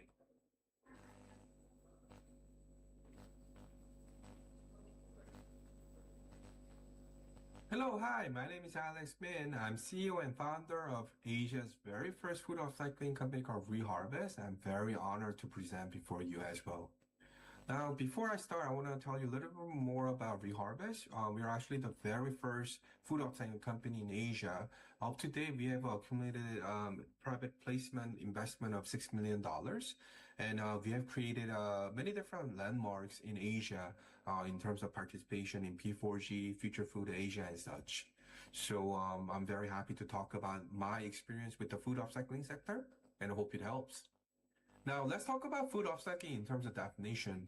Now, upcycling is a combination of the word between upgrade and recycling. So we just focus on the value for now. So if you're to collect the ugly potato for maybe $1 for a kilo, but then we make it into a high protein potato bread or high protein raw ingredient and thereby sell it for maybe $20 for a kilo, and the value went up, it's been upgraded, so we can consider it as a upcycling as well.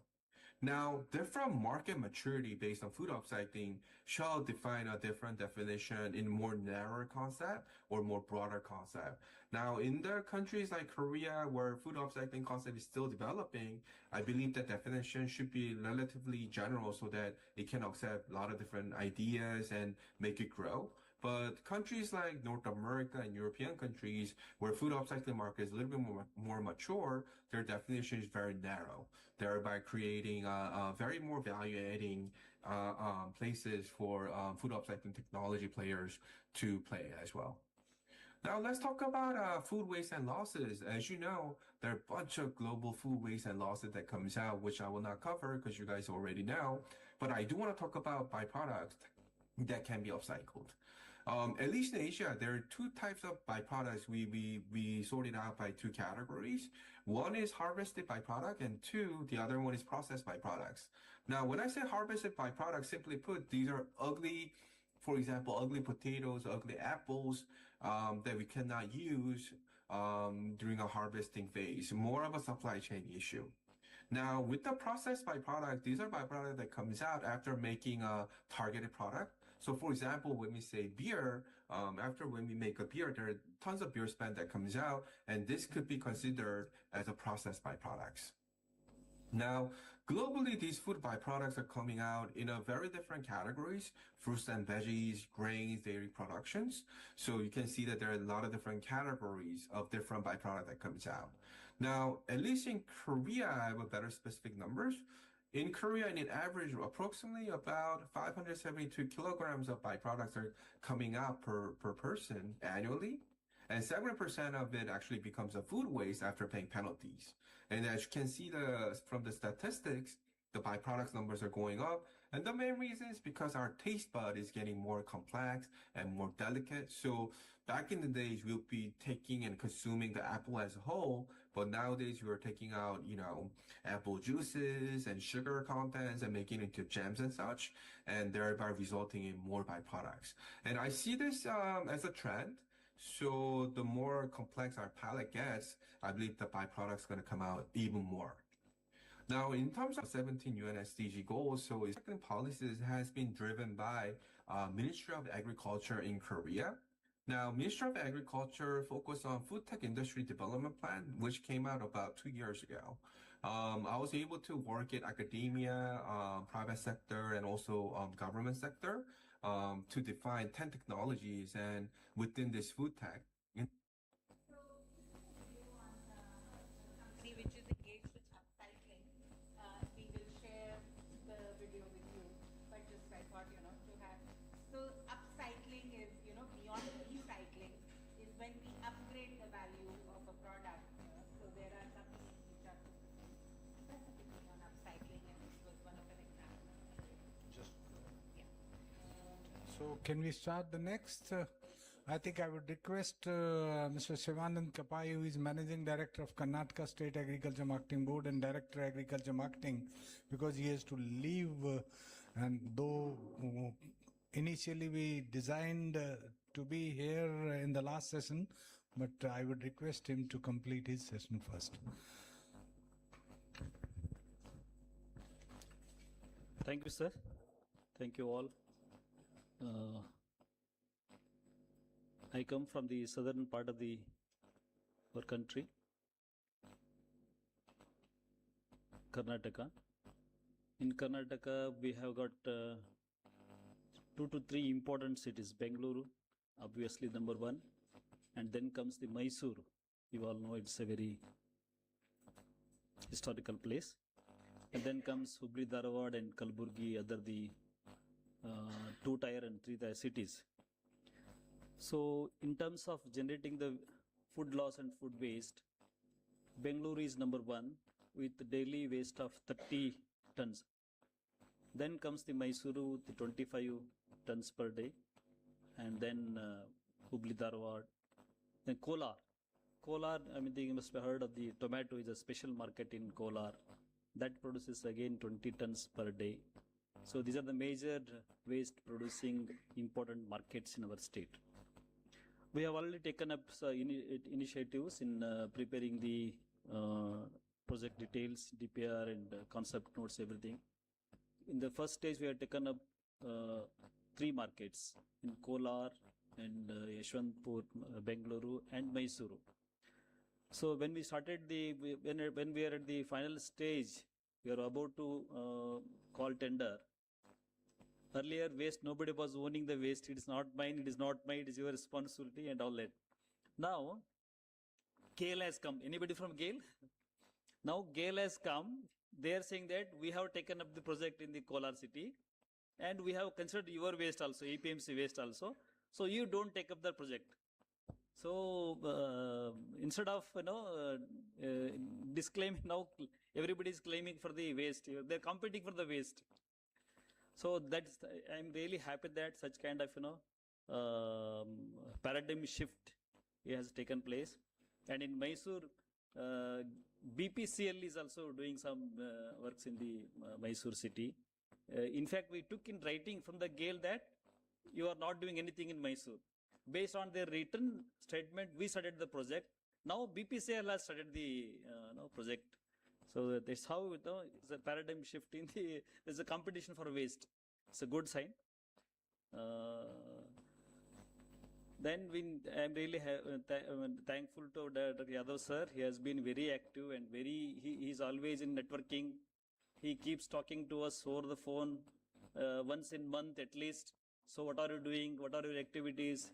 So we are really humbled with his continuous support. So he has been consistently supporting us in all technical, identifying the technical providers, service providers, and all the preparing the DPR and all that. So second take-home point for me, I am really impressed with the presentation by Ram Babu sir and the team. Very nice. So deadline to 2050. So this message has to go down the line. So 2050 is our deadline. So from there onwards, it is a irreversible process. This is something which is really warning bell for all of us. So we are sitting on a tree branch, which itself is unstable. So all of us have to think very seriously on these lines. And we at the government setup, I think we have to take up in creating the awareness at the grassroots level.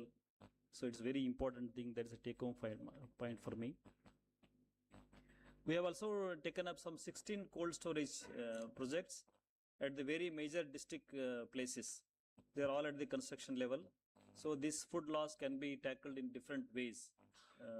If you provide the cold storage change at the rural level, so much of food loss can be reduced to the different ways. This is how we can reduce the food loss and waste. There has been an amendment to the solid waste management rules. Earlier, this is the responsibility of the municipality, way that our APMCs are coming. Now the amendment has been brought to that solid waste management rules. Now it is the responsibility of the APMCs. Now we cannot neglect. we cannot put the blame on the municipality. So municipalities are already issuing notices first. So we are already aware now. It is, we cannot, we can no more wait. We can no more, delay our things. We have already taken up. Now what we request all the technical providers, sir, we request the technology designers to make some designs which is at a lower scale. Only 3 to 4 of our APMCs are the 2020 and 2025. The remaining all we have assessed the waste. Remaining all in the single digits. Some are in 5, some are in 3 ton per day, some are in 1 ton per day. So what are the ways and means how we can manage small waste at the small towns and cities? So these are this is what we are looking for. I take this opportunity to thank once again all our organizers to encourage the importance of in terms of the importance of state. We are second in the rank grapes production of the grapes. We are second. We are second in green chili in the country, accounting for 18% of the national production. We are second rank in the tomato, accounting for 13% of the production. We are second in ginger production, accounting 11% of the country's production. We are third in the onion, accounting for 8% of the national production. So Karnataka is a very important state in terms of the fruits and vegetable production, and also in terms of the food loss and food waste. So we are a very important state. So we are very keen on all those things. That's what I would like to express on behalf of our marketing board and the Department of Agriculture Marketing. So I thank all of you for having come from different parts of the country and different parts of the world. So good gatherings, a good learning. So let us take this issue forward and make it at least we'll not wait for 2050, sir. Let us let us make it happen much before 2050. Thank you all. Thank you very much. Since you are the second largest, you are availing the gains and fruit juice. So obviously we'll get the responsibility also. There are plenty of waste, but fortunately you see the situation. Last year there was a competition. This year there is a competition between the GAIL, Gas Authority of India, which is the nodal agency, who was supposed to be here, but because of certain problems he could not come. He approached me that convinced the government of Karnataka to give the whole lot of waste to us. Whereas he approached the chief secretary to convince the director to give the lot. And similarly, another company approached through chief secretary to the director, give the lot to us. So 2 years back, we had the biggest problem of maintenance of this. Why they are approaching? Because we are the bulkiest possible lot available. Most economic size of lot of wet is available only and only with us, not with city waste. City waste is mixed waste. Therefore, everyone is looking forward. Number two, second reason is what Mr. Ram Babu pointed out. CBG through this is this 4 carbon credit is the most viable, visible, and I think most sustainable. Therefore, there would be another further competition. So thank you very much for you have to go. There is a shortage of time. Therefore, I won't take much of time. I would pass on the mic to Meetaji, or you will take over. Bharatji will coordinate. Thank you very much. Thank you, sir. We are going to start the session for panel discussion on regional perspective on reducing loss and waste in fruit and vegetable wholesale markets. So may I request Ms. Cheryl to please come on the stage. Mr. Tusita Nandena, Mr. Mohammad Nuruzaman, Mr. Naveen Bhandari, and Mr. Daba Zangpo. You all are requested to kindly join us.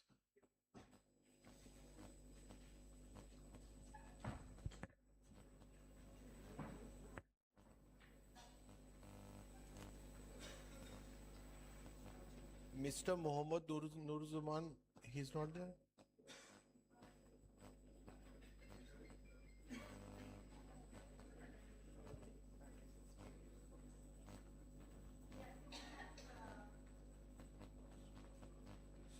Mr. Naveen Bhandari, आइए.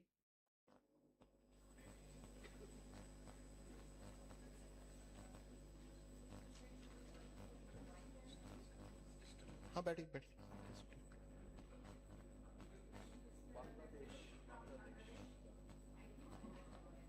Mr. Nuruzzaman from Bangladesh. Okay. So, Mr. Shrestha, could you please join? आइए, please आइए. Please आइए. Please come.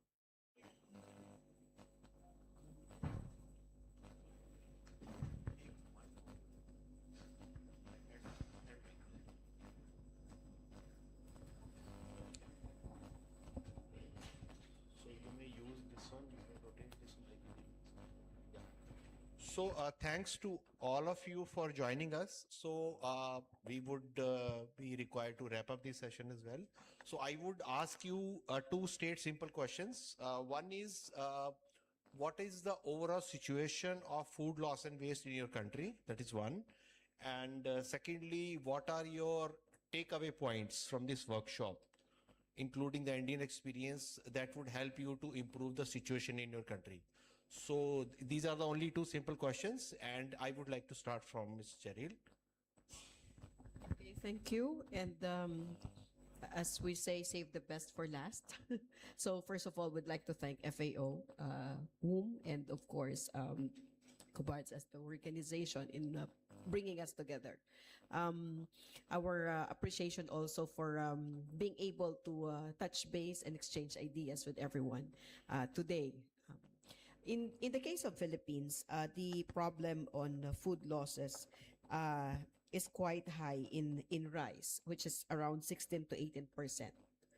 For fruits and vegetables, it's up to 40%. And there are also significant losses in the fisheries. So the way to address this is to look at the local food system. And our national government agency, in this case, the ministry, the Department of Agriculture, is consistently working at the local level to address local food systems. I think that should be a good starting point, and see the local markets as the farmers' market. That being said, the ability of the farmers now to sell their produce is one of the challenges at any point in time. So I was taking some notes a while ago, as mentioned by one of the speakers, that the farmers' production should be connected to what is saleable, what the market wants and what the market can absorb. That being said, we have experienced losses and throwing of vegetables by farmers who are not able to sell their produce. This comes at the time that the prices are high. So case in point are potatoes, tomatoes, and squash. So what the national government did is to look at ways to address the food losses and the inability of the farmer to sell by, number one, coming up with a local processing. And that I don't know if we can play some of the photos just to show that the way to address this has to be at the local level, and mobilizing communities, letting them understand that for every item that's lost means food insufficiency to a certain extent. So yeah, next slide, please. So that's the situation. Next slide. Just go over the documents. And in terms of structural measures to address this, we have passed a law that looks at the ecological solid waste management. And it was strengthened also by another law that strengthens the recycling and extended producer responsibility. So these are national laws that allows us to address losses in terms of prevention and mitigation. So these are local management systems and putting up warehouses and cold rooms. So investments from the national government and local government provides the handling protocols for fruits and vegetables. We are not fully there yet, but that is being initiated to somehow come up with proper grading and the classification. so that farmers also would be incentivized in getting premium price for, Class A products. Another one is the food recovery and redistribution. So, the food recovery and redistribution, let's go ahead, allows us to now trade near expiry canned goods to vegetables. So the farmers who wouldn't be able to sell their produce, one food bank network buys it from them in exchange of, near expiry products, canned goods. Another aspect is to look at the composting mechanism. Poultry production is a big problem in the Philippines because of the obnoxious smell. And oftentimes, some of these facilities are forced to close. So what we did was to look at solutions that would allow the aerobic composting of chicken manure. And farmers from the north, particularly those who don't have enough access to lands, but are highly efficient in production, uses this to improve their soil amendments. So waste coming from chicken litter is being composted to a certain extent. We have not fully implemented this yet, but the Solid Waste Management Act requires at the local level to address this, to reduce pathogens and virus infestation in farms. So with that, we use this to also provide the soil media for protected cultivation system. Our minister has secretary made it a point to start the protected cultivation system because of the boom and bust cycle for vegetables and fruits. For vegetables, particularly a chili can go as low as $2 per kilo to as high as $10 in any day. And so coming up with a protected cultivation system using the soil media from compost is an inclusion in the year-round production of vegetables. So the photo that you see are strawberries coming from a strawberry farm and composted for these seed beds. I ask you to please. Yes, and lastly, the use of zero electricity cooling chamber. So it doesn't use any electricity, but it's a simplified version of a cooling system, barely around $1,500, which can prolong the shelf life of tomatoes up to 3 months. So all these are solutions that are doable at the ground level and scalable should it be done on a regional or provincial level. So the takeaways that I've seen and taken note of in this discussion is that it has to be collective, it has to be scalable. The bankability will now be determined by the ability of the community to absorb and embrace the solutions. Thank you. So many thanks for your elaborative and detailed response.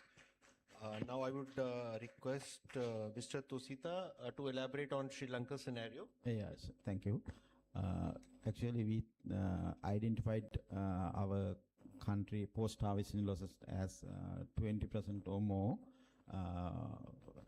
Then we have to reduce it. That is our need.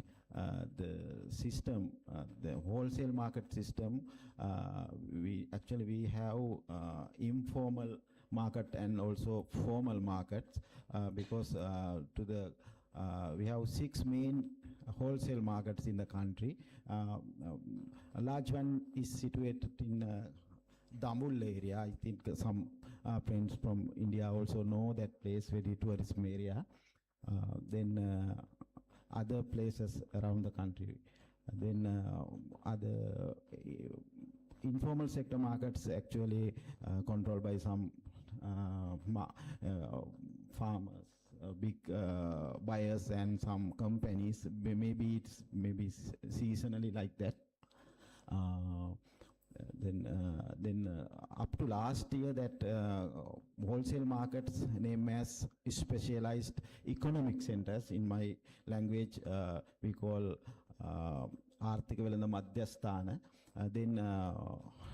Last year we the government created a government-owned company under Company Act. Then we call now it National Agriculture Marketing Service Limited. It is look like semi-government organization. Then it can take some decisions to control that losses. Actually, I am also one member of that director board from the Agriculture Ministry. So I get the chance to come here also. Then these days we are doing that reforming activities, that company to do that target. Then reduce that food losses, one of the target of that company also. Then actually from this conference I aware a lot of things I can apply to my company. Then I have to thanks to FO and Government of India and People's India to give me this chance, and I have to thanks again. Thank you very much. Thank you very much. I think it was encouraging response and support for us to organize to seek your a positive thing. Now I would come to Mr. Zangpo and would request his elaboration of the food and loss in Bhutan and what are his takeaway points from this conference.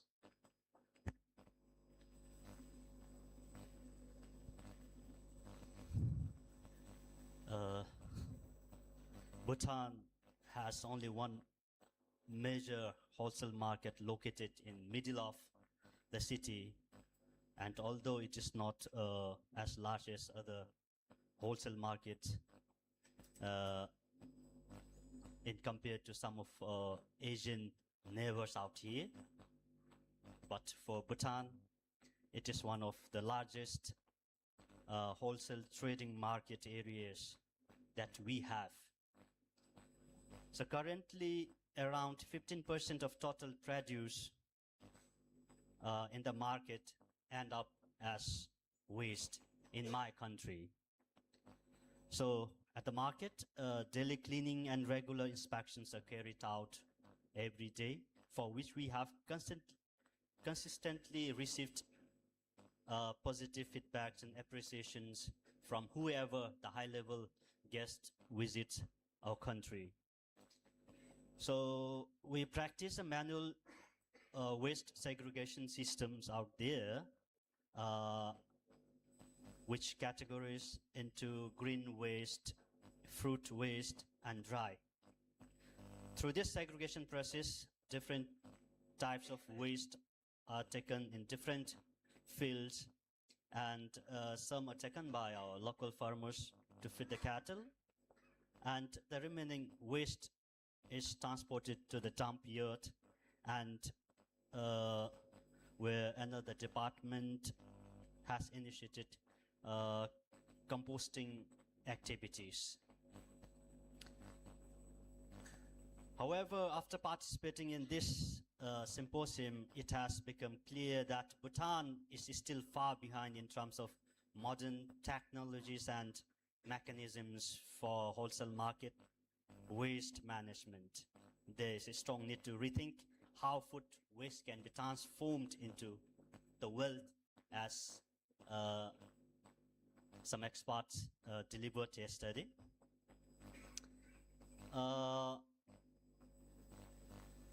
Bhutan has significant potential to adopt organic waste decomposition technologies, as well as digital solutions for tracking waste, food safety, and hygiene with the market system.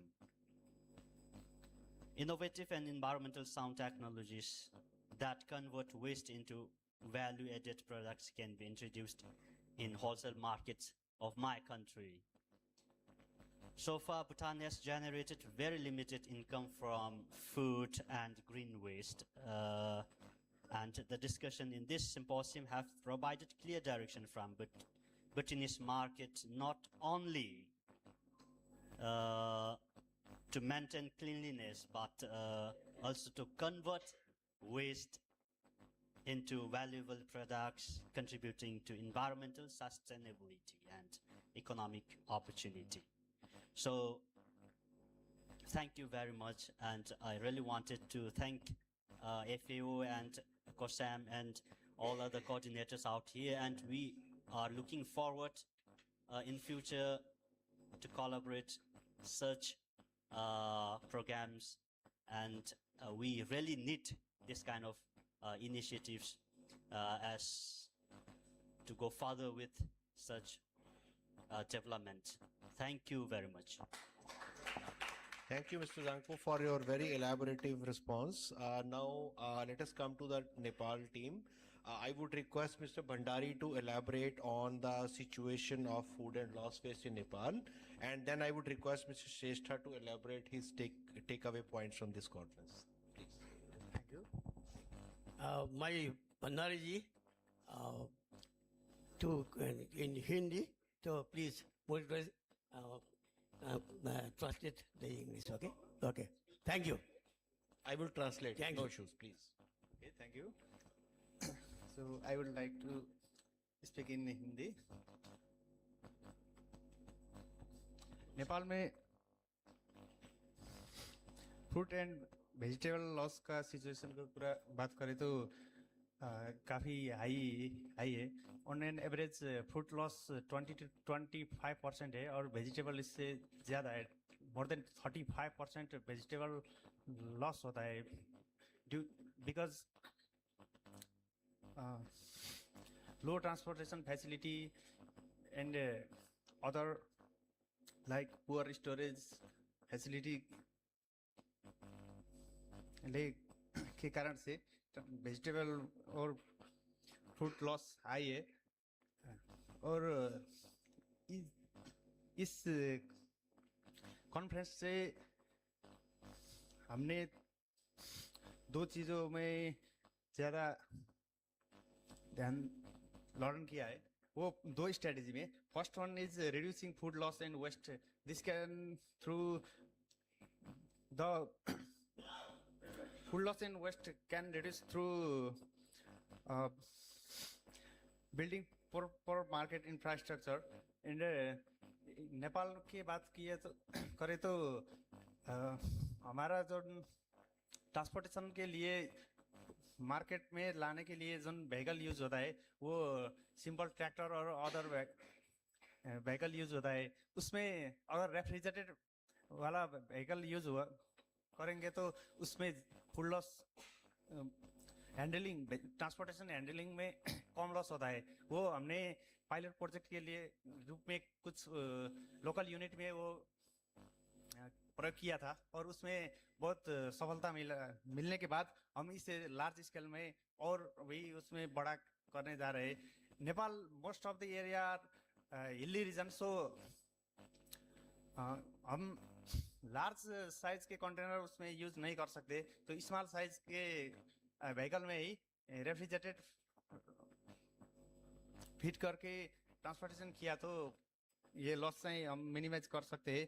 और product diversification and value chain development process में ध्यान देकर भी हम market में होने वाले loss को कम कर सकते हैं. और ये भी हमने डिपार्टमेंट ऑफ एग्रीकल्चर ने इनिशिएट किया है. जैसे कि जो मार्केट में यूज नहीं होने वाला और बिक्री करके जो रह गया है वो उस टाइप वेजिटेबल को ड्राई करके ड्राइंग मशीन में ड्राई करके फिर पैकेजिंग करके भी बेच सकते हैं. वो प्रैक्टिस भी कर रहे हैं. और waste management strategy another is waste management strategy. हम पोस्ट हार्वेस्ट लॉस मिनिमाइज तो कर सकते हैं लेकिन वेस्ट मैनेजमेंट जीरो नहीं कर सकते because waste agriculture waste are by products of vegetable and fruit market they are by product. मैं इसलिए भी कहता हूँ कि वो सिर्फ वेस्ट नहीं है, उससे हम नई चीज बना सकते हैं, जैसे कि प्रांगारिक मैन्योर, ऑर्गेनिक मैन्योर बना सकते हैं। वो एग्रीकल्चर में ही यूज होता है। नेपाल ने around half of the agriculture budget spend करता है केमिकल फर्टिलाइजर इंपोर्ट सब्सिडी में, वो खर्च करता है, वो हम खर्च करते हैं।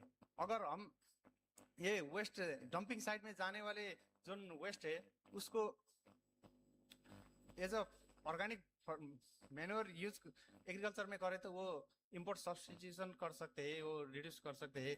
और बायोगैस प्लांट बनाकर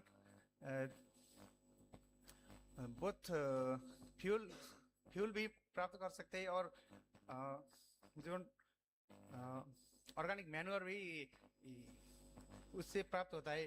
वो आज बिहान के फील्ड विजिट में हमने देखा, उसमें एक प्रॉब्लम ये होता है कि जो मीथेन गैस है वो नेपाल में भी सम प्राइवेट सेक्टर ने वो किया था, लेकिन वो ट्रांसपोर्टेशन में ज़्यादा दिक्कत हुई थी। कल हमने जापानीज टेक्नोलॉजी देखा, वो हमारे लिए बेस्ट हो सकता है, बिकॉज जो कॉमन लोग है वो एलपीजी गैस को प्रीफर करते हैं, because this is easy to transport. But if we adopt this Japanese technology, so और लोग को वो यूज करने में हम कन्विंस कर सकते हैं। और यहाँ हमारे साथ नेपाल के प्राइवेट मार्केट एसोसिएशन के प्रेसिडेंट भी है, वो अपना कुछ एक्सपीरियंस शेयर करते हैं। First translate for him. So as per his statement, Nepal has a very high post-harvest loss. For fruits, it is 20%, and for vegetable, it is approximately 40%. They have been trying very hard to improve the transportation, and they have tried with small containers in a refrigerated vans, which have been found to be very successful. Because of the hilly terrain, they are unable to transport the large containers. Apart from that, he says that it is important for them to improve the product variety, so that they are able to reduce the losses. That is one. They also emphasize on composting and conversion of the bio waste into biogas, because people do have a lot of requirement in the local market, but there is a lack of incentive for that. And apart from that, he says that it was a great takeaway for him to from this visit, and he look forward to have such more exposure programs. Thank you.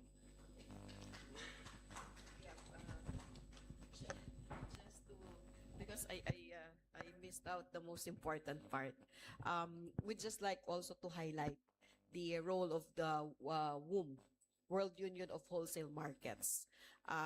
Because earlier on, I was talking about the local markets, the public markets, we call it, and sometimes we call it the wet market. So over the in the past 2 years, we've been really doing some benchmarking activities. And Rungi's Food Market, which was part of WUM, and the one in Talaantay in Thailand, allows us in the Philippines to see how we can modernize, how we can systematize the way we do our food distribution system. Markets are an important part in the food security process and food safety. And we've seen that wholesale food markets allow us both to penetrate the local market and ensure safety issues, and at the same time prepare countries or producers to start working on their export products. And the quality control is very important. The Philippines has just been a member of WUM, and that was a result of the 2-year, 3-year, benchmarking. We have 3 wholesale markets. 2 basically is run by a government entity. 1 is run by a cooperative with government partnership. And the latest one, which is Cebu, Cebu to the world. It's an island in the Philippines known for its wonderful beaches, is the first member of WOOM. And we take cognizance on the learnings, the toolkits, and the business models that will allow now more of the markets to be properly managed and coordinated. So I think with that, the food loss and food wastage can be effectively addressed if there is a concerted effort to connect both producers and consumers in a way that we have a platform for market system. So thank you. Thank you for validating the WOM's role. Yeah. Now I would request Mr. Shrestha to share his views and then we can close. Namaste, Jai Pushpitnath. My name is Jhalak Shrestha. I am a member of the wholesale market, Whole Indian Wholesale Market since 10 years with Dr. Yadav Kosham. I would like to also in Hindi. मैं पोखरा से belong करता हूँ, काठमांडू और पोखरा में belong करता हूँ।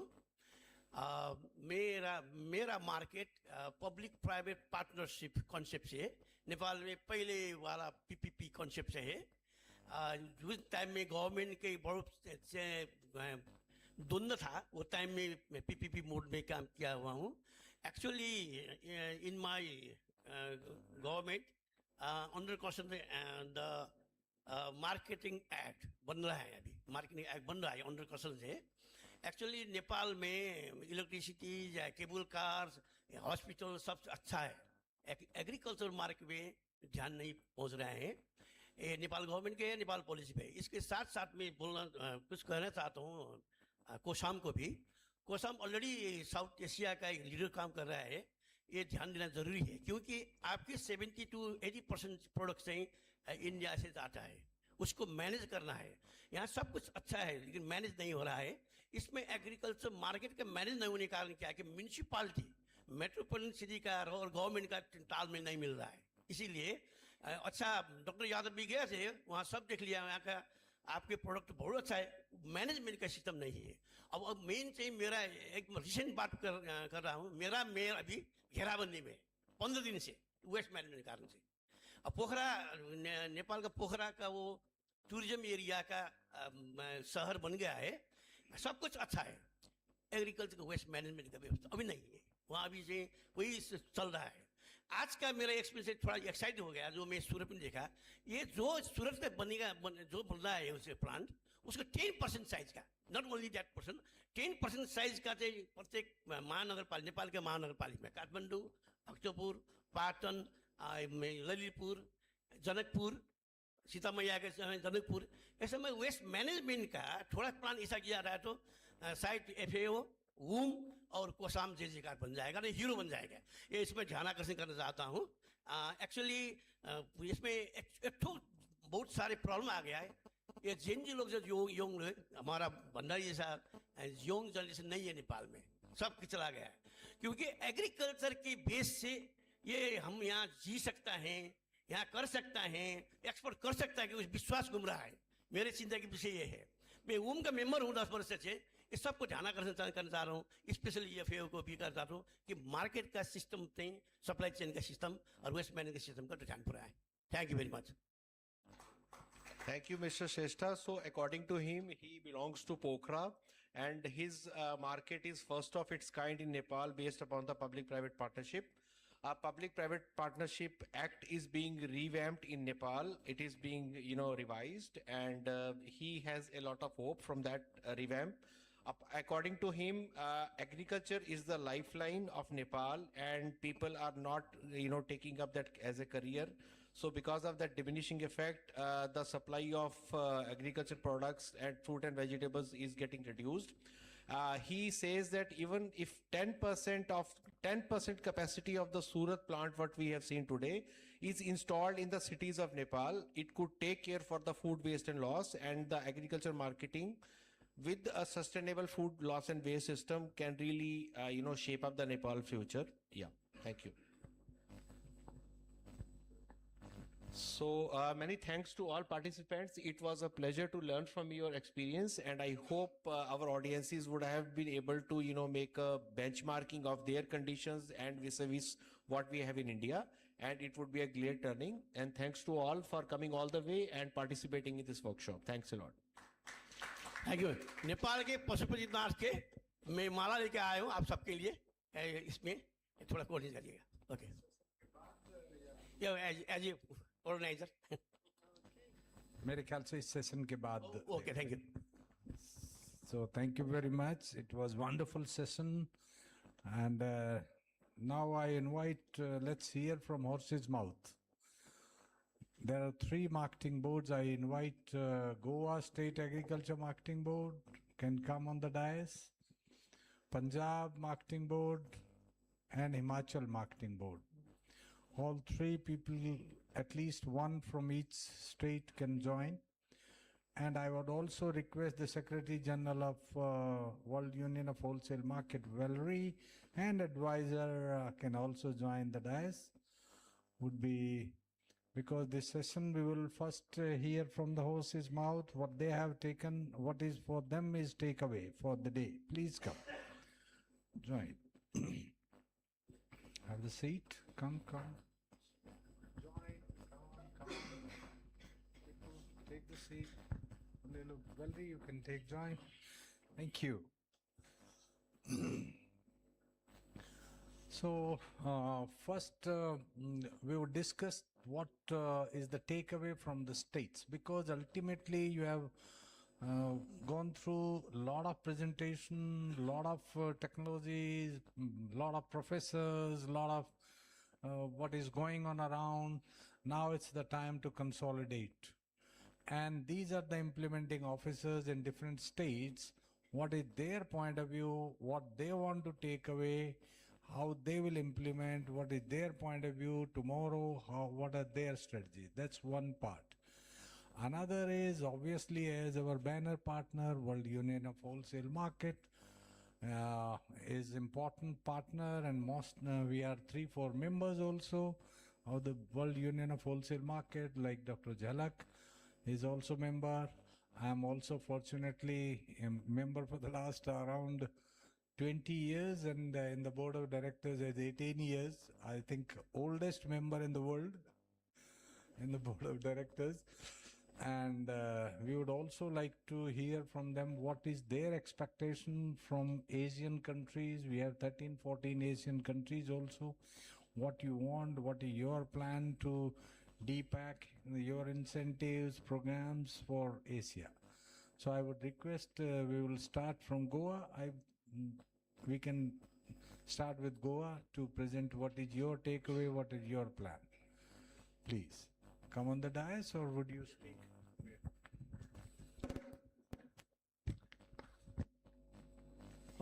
Good evening, everybody. First of all, I'll thank FAO, WOM, and COSAM for organizing this such a beautiful symposium in the city of Surat. Also, I thank them for giving me an opportunity to participate in this symposium. My special thanks to our chairman, sir, and MD COSAM, again for giving us this opportunity.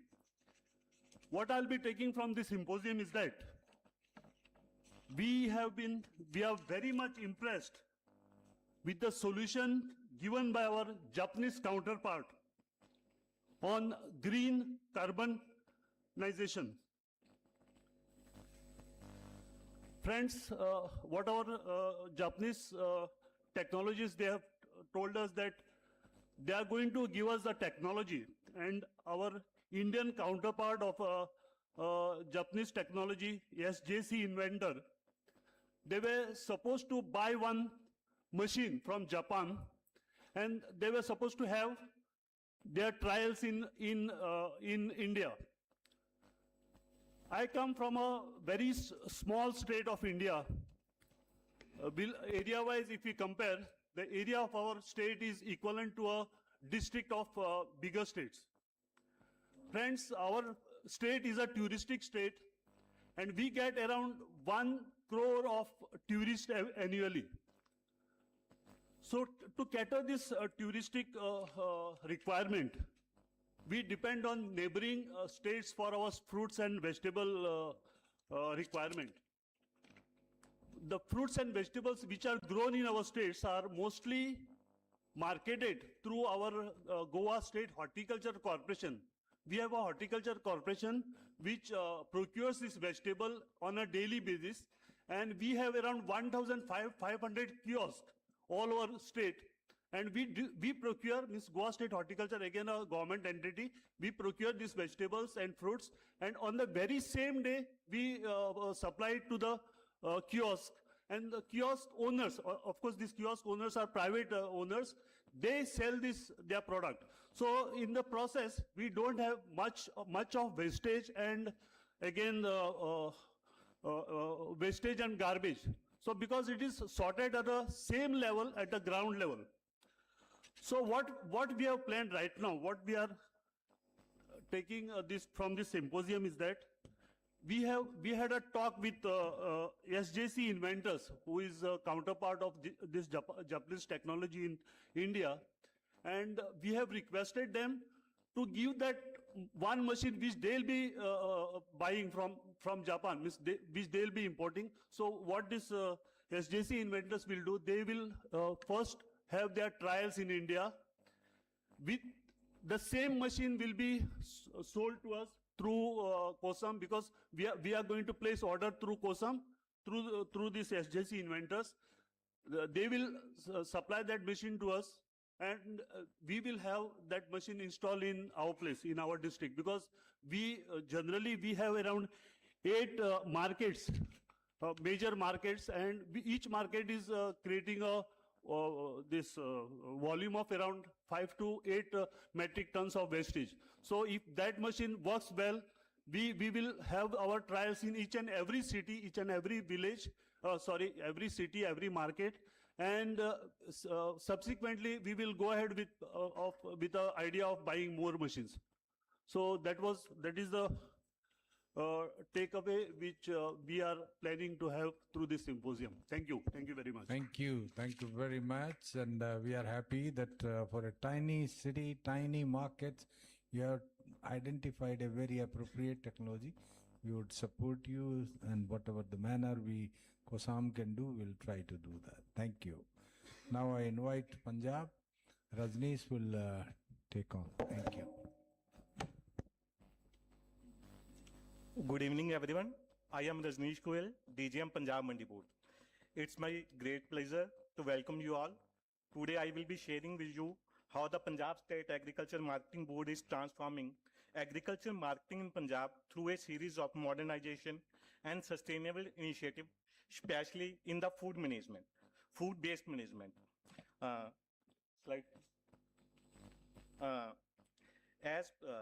Punjab already has a strong base of 102 operational fruit and vegetable markets. These markets are equipped with auction platform, covered sheds, drinking water, lighting, toilet, motorizer, cleaning machines, and proper shops and parkings. Every year, the market handles approximately 25 lakh metric ton of produce, with transaction of nearly 4,500 crores. 25 lakh metric ton produce means roughly 5 lakh metric ton waste. This means these are not small local markets, they are the major commercial hubs. Next slide, please. Despite this strong network, strong infrastructure, fruit and vegetable market face serious challenges. Like everyone knows, poor waste management, lack of storage and ripening facilities, hygiene issue, post-harvest losses, which leads to environmental pollution, health risk, revenue leakage, and the losses for the farmers and the traders. In today's competitive agriculture economy, such inefficiencies are unacceptable. Punjab therefore decided that mandi must not only be the large, but they must be clean, scientific, digitally monitored, and environmentally sustainable. For that, till now, there are 2 projects for waste management in Punjab, and one we are in collaboration with COSAM to extend it. So this is the manuring project that we have installed in Fagwada. Instead of dumping waste in landfill, it is processed within the mandi and converted into the organic manure. The plant, with a capacity of 4 to 5 ton per day, has been planned. This means cleaner mandis, lower disposal cost, and useful fertilizer for the farmers.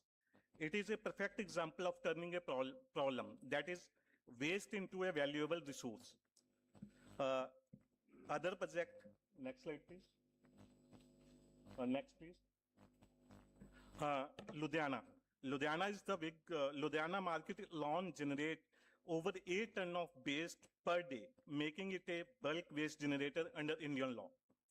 Due to non-compliance, the market committee was fined nearly 55 lakh rupees, which clearly shows that how serious is this issue. Instead of just paying penalties, Punjab chose to solve this problem permanently through scientific waste management. Next, please.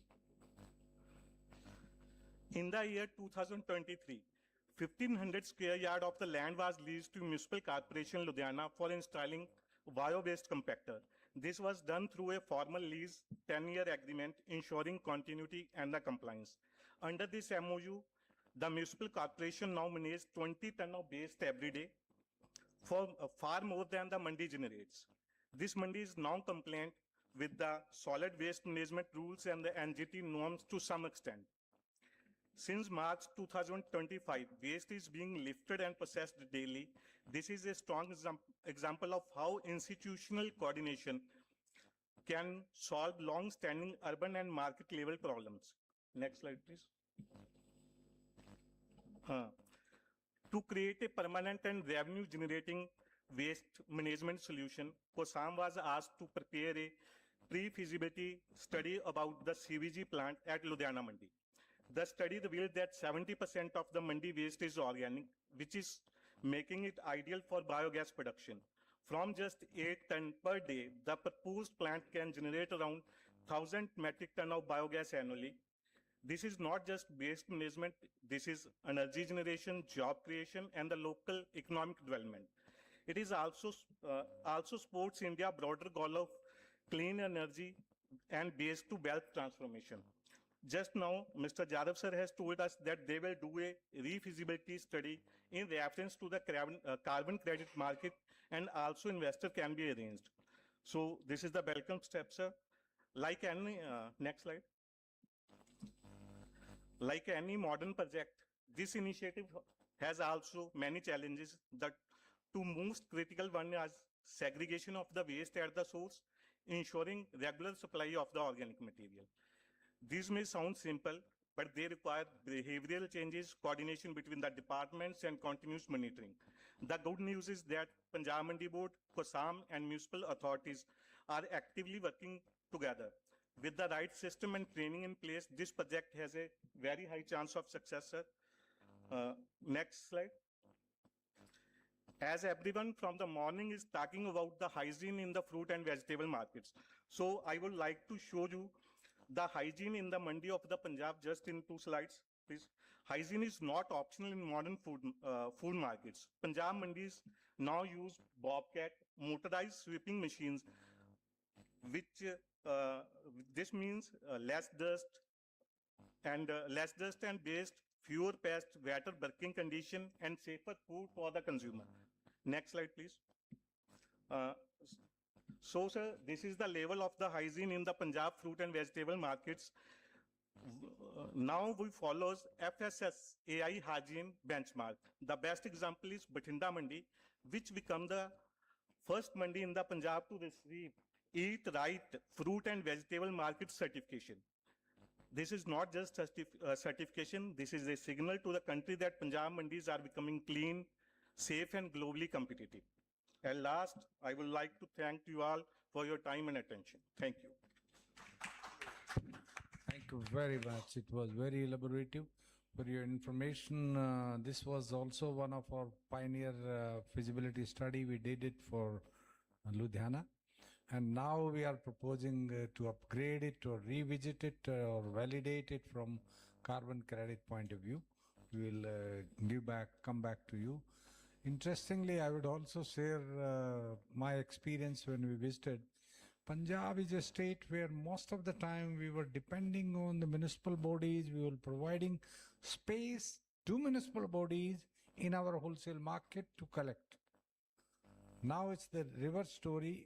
We are proposing that let them go out, let your own plant be there at the same place what you have allotted to municipal bodies. So it's a changing taking place. Thank you very much. Now I request my colleague from Pune Market Committee Secretary to express his learning, what you have learned during these 2 days. First of all, thank you COSAM management to organize such a symposium. And being a agri-dominated country, we have lots of markets in the every states and every district place, taluka place, and most probably terminal market which are in the cities. They are facing much this problem of waste management. And I think every government, or I am also part of the government of Maharashtra, but posted at APMC. There shall be a government scheme, or APMC shall be compelled to start these waste management programs, so that we could provide a hygienic and good quality fruits and vegetables to the city. And this really given a thought that every APMC, every mandi shall think on this project and shall implement as early as possible, because we already damaged our environment too much. Now it's time to rethink and start on this. Thank you, Yadav sir. Thank you very much. And now our Himalayan state, Himachal, would also like to speak something, because they have their own experience. They say biofertilizer and fermentation is a problem because of temperature in hilly area. So would you like to say something on your waste management? How do you handle the waste? Yes, please, carry on.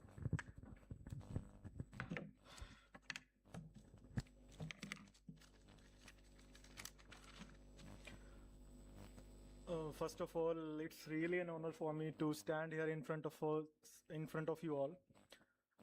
I'm representing Himachal Pradesh State Agricultural Marketing Board in general, and APMC Bilaspur in particular. And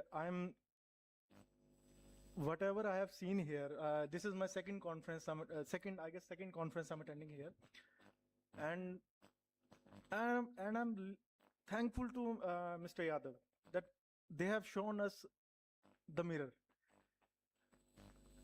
I'm not generalizing this statement, but for me, from Himachal Pradesh, I didn't expect that such kind of fruitful initiatives are there present in the society that can be superimposed at a state level, at a district level in Himachal Pradesh.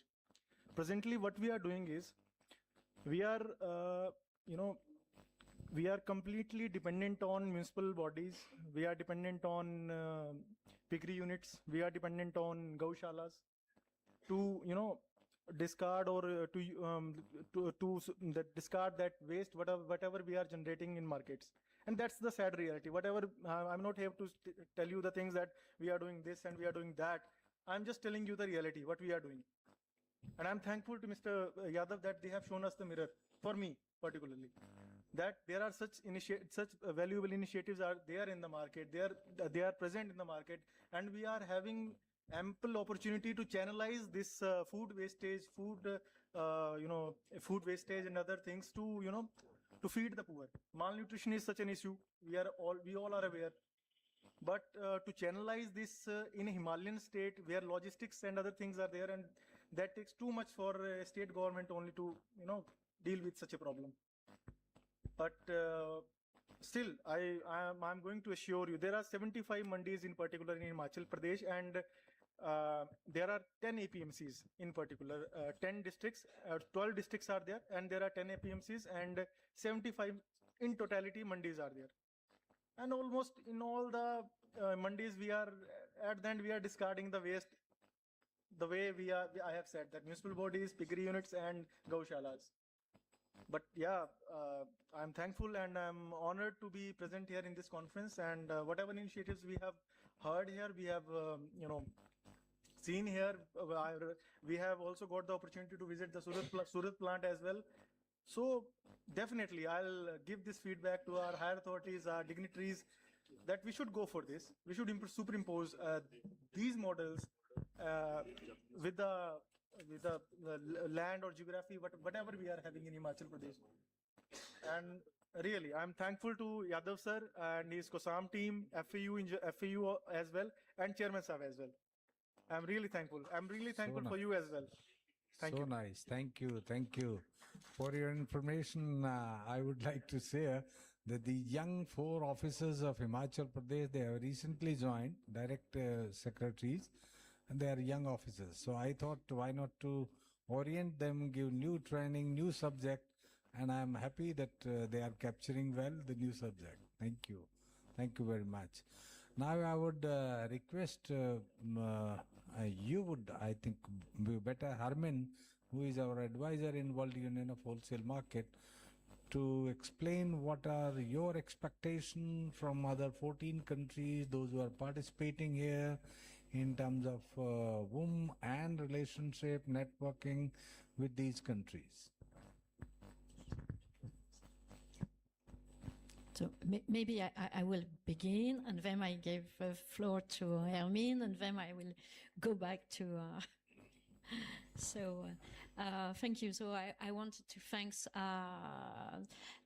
all the participants and the organizers, FAO, COSAM, Chairman, and a special thanks to Dr. Yadav, and also for all the APMC and all the participants from Asia. So not only India, but all the countries our friends, and our friend from Nepal and Philippines, and all the countries and all our members. So you're not all members. Hermine will explain you more about the membership.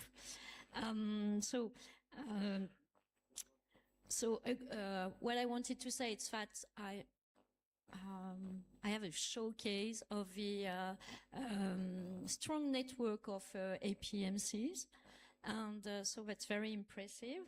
And also, it was very interesting to see all the solutions that has been shared and exposed during these 2 days.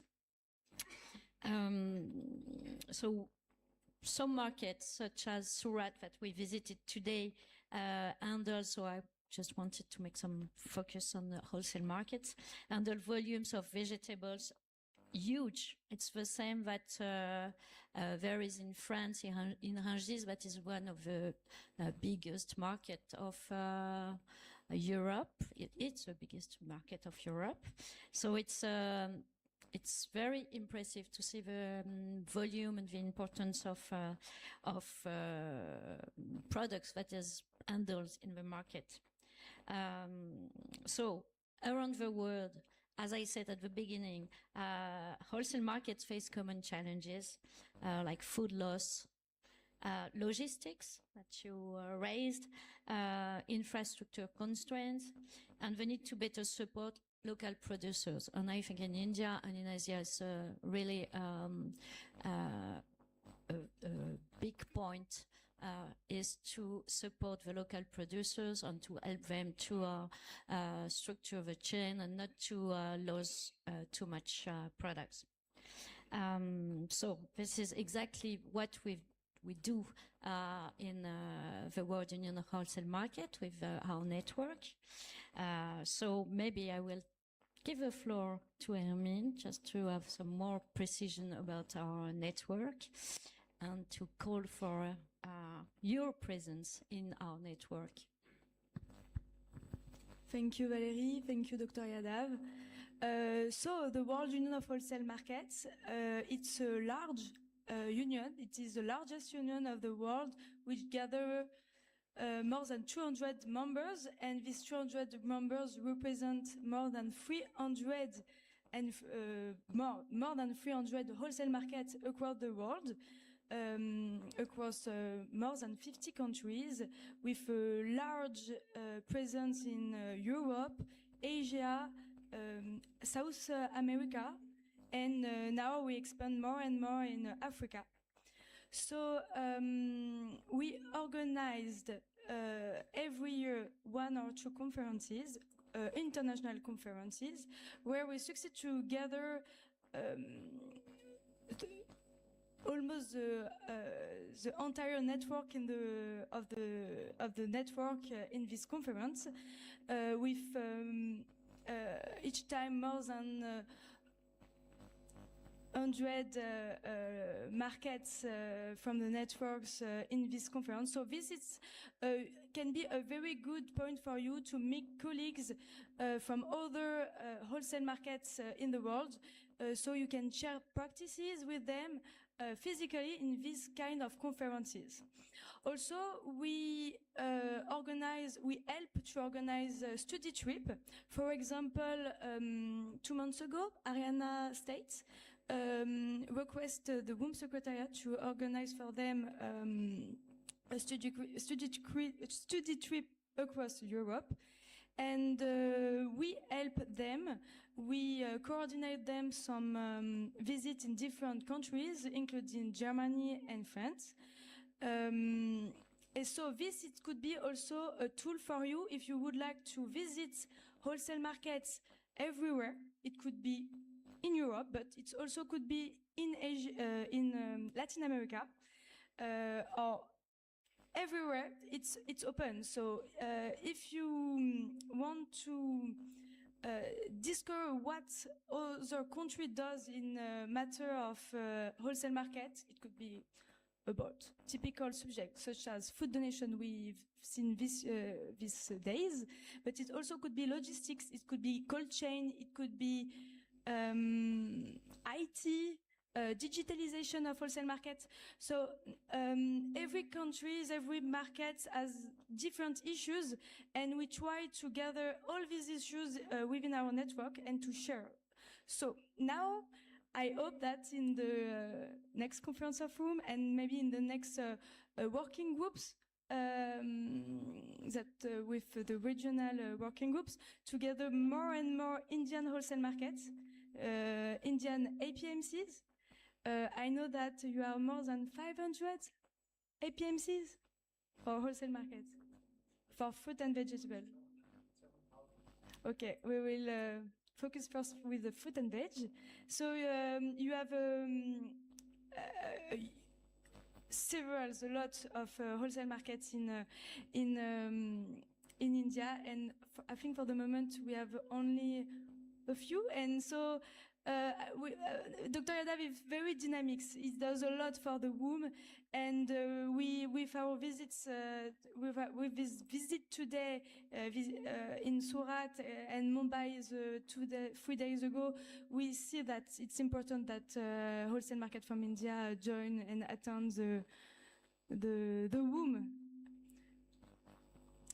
Yes, of course, and Valerie will give you more details.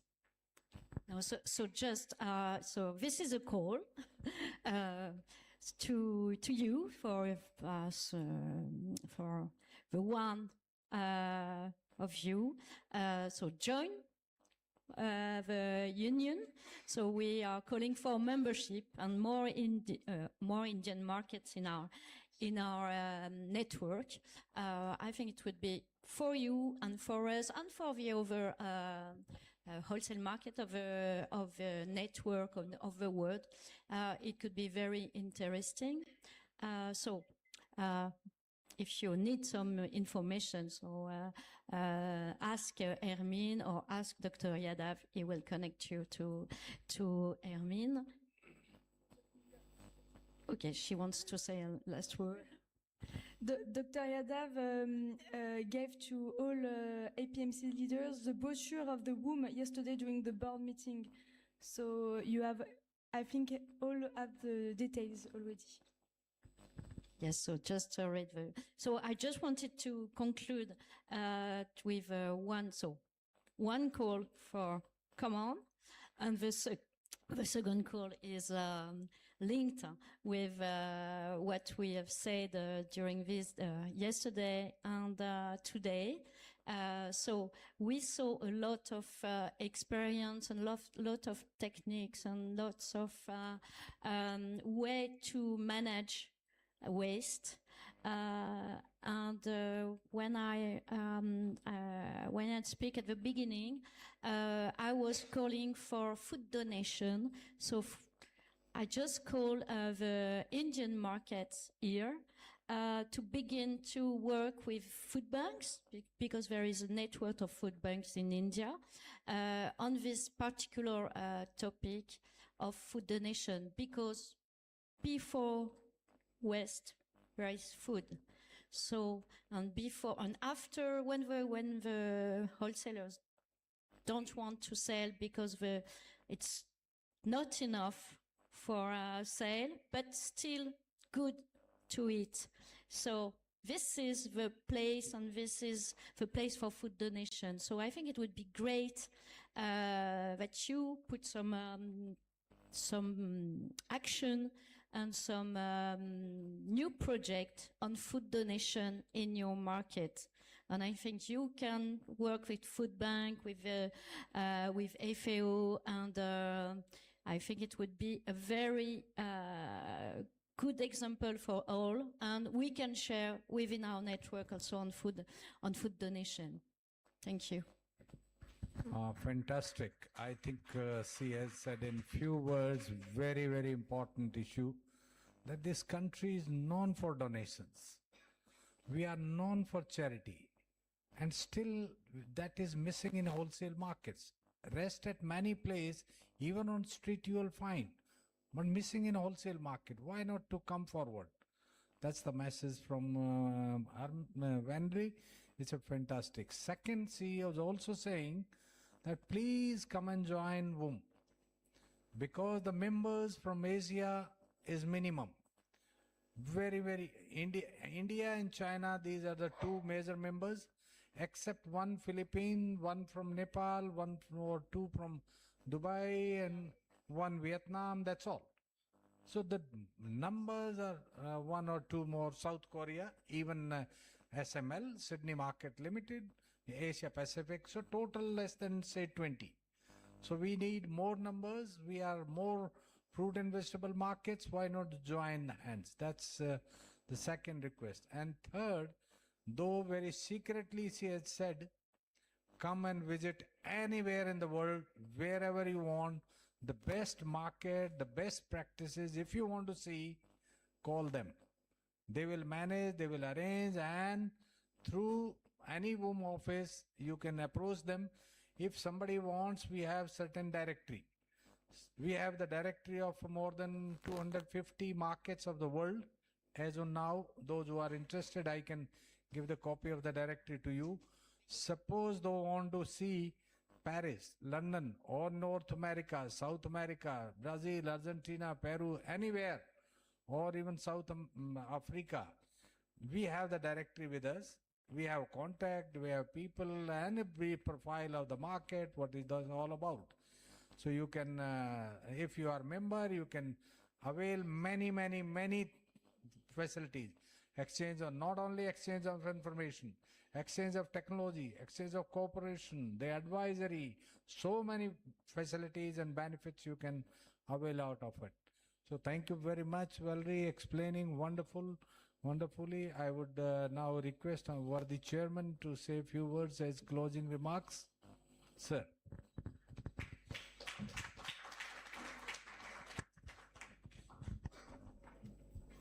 Thank you all, especially Ms. Burley and all person comes from different countries. It is very wonderful symposium. We learn a lot and we will try to implement where we are working.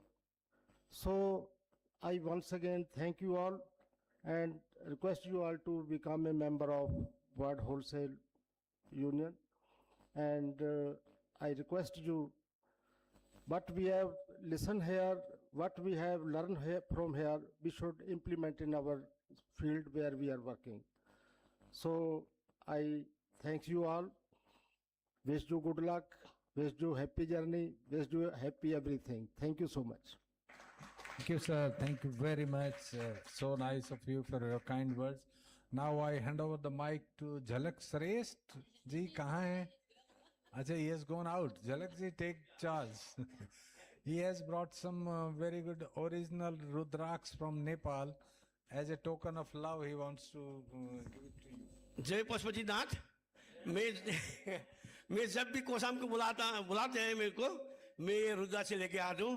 Pashupati बाबा के आशीर्वाद से हमारा president और हमारा JS Yadav का सलाह आभारी रहेगा को आशीर्वाद मिल रहा है. मैं फर्स्ट ऑफ ऑल मैं कोसाम का प्रेसिडेंट को सिंह साहब को बुलाऊंगा. प्लीज भंडारी जी आइए. कोसाम चेयरमैन चेयरमैन आइए सर. Then भंडारी साहब. अफसर से प्रेसिडेंट को थोड़ा मार दे रहा है. भंडारी साहब आइए. जैन जी अफसर है नेपाल के. Jain ji.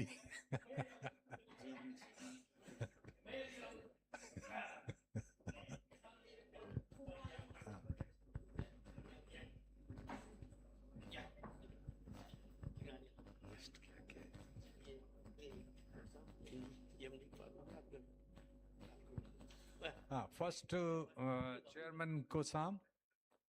Request. He's there. Thank you. Thank you. Thank you very much.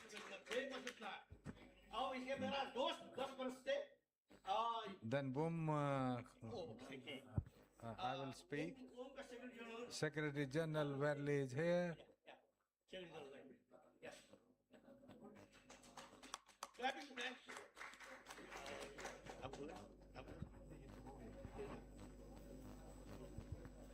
चलो then you.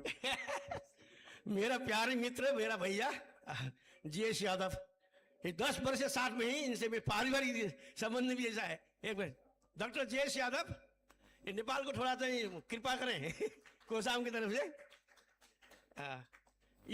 FA delegates please.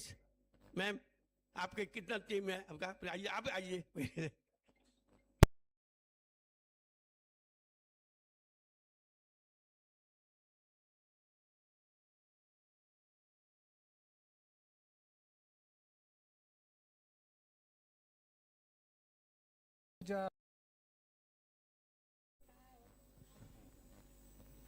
And who else is here from FAO office? If I miss out someone, these two plus FAO.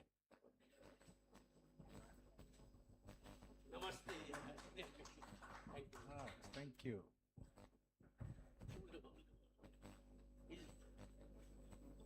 Thank you. Then Philippines. Wow, great.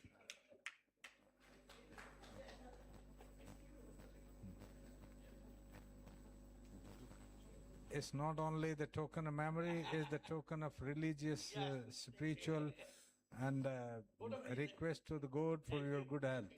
Thank you. Bangladesh.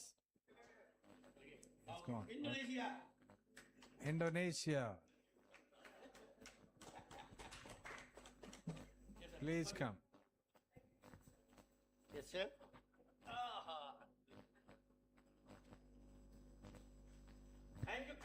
Thank you.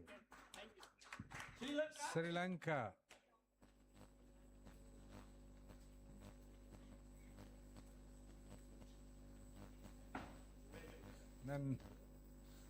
Then Malaysia. Please come.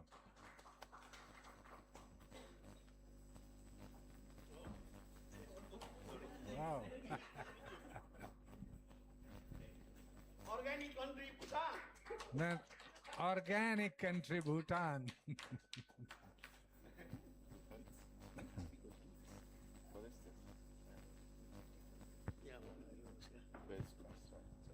Yes.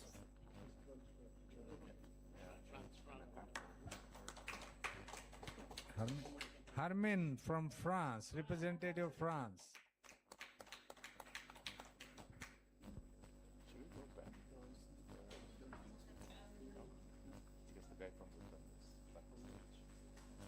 Cambodia.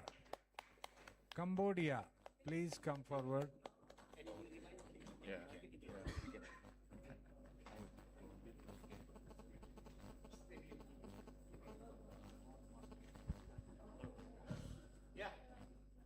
Good. Come. Yes. Thank you. Thank you, sir. Thank you very much. Yes, thank you very much. Now there are 8 marketing boards, but there are 4 or 5 members from each marketing board. So how many you have? Tell me. I think we have a lot of. All the members from Goa. Chair, along with the chairman, please come. Chairman? Hello.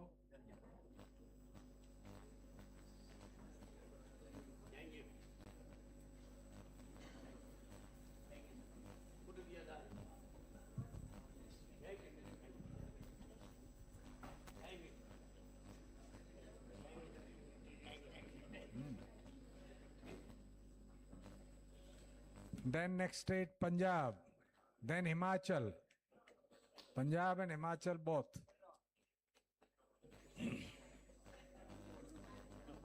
Come forward. Yes, yes. Yes, carry on. Punjab and Himachal, one can come by one. Take one photograph, wait for a minute. Okay, thank you. Come Punjab. Punjab, come forward. आइए जी. लो भाई. सत श्री अकाल. सत श्री अकाल. सत श्री अकाल. आइए जी. सत श्री अकाल. सत श्री अकाल. Oh, great. Start करो एक से. कहीं यहाँ से start करो. Yes. All the best. Good luck. Yes. Come Rajneesh. आइए बरार साहब.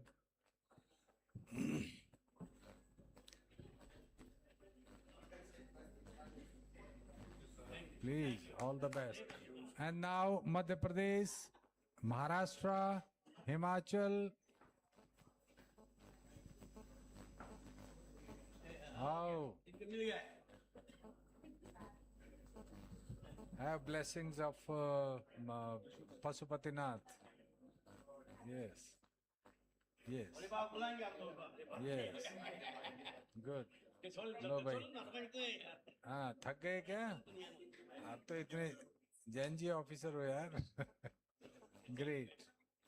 Thank you. All the best. Good luck. All the best. So nice. Yes.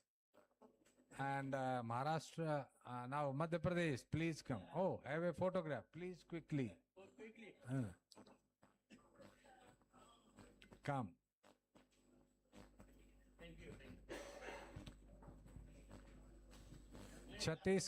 Chhattisgarh, is somebody from Chhattisgarh? Aye, Madhya Pradesh, please come forward. Please come.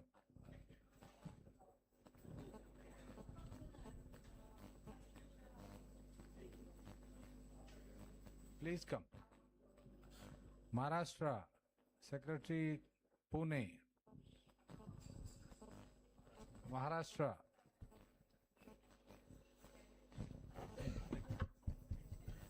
Thank you. I think that's the last one, I believe.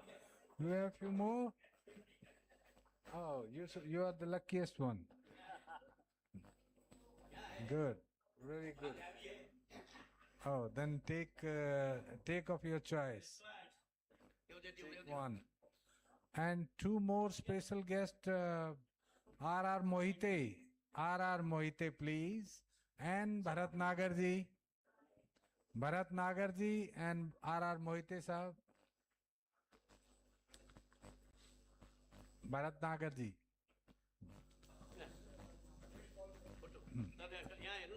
And oh, sorry, Chandrasekhar ji, Chairman Purena. Chandrasekhar ji, Chairman Purena. Has it? Yes. Thank you very much, sir. Yes. Prasad of Pasupat. Rajesh Paul and Aksar Biotech. Rajesh ji, please come.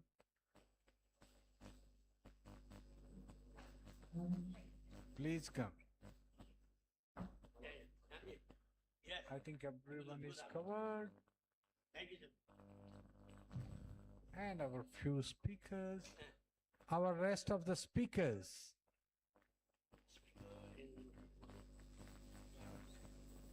Come, Bharat ji, Bharat Savaya ji. Bharat Nagar and Bharat Savaya both. It's a prasad for you from Nepal, Pasupatinath Temple ji.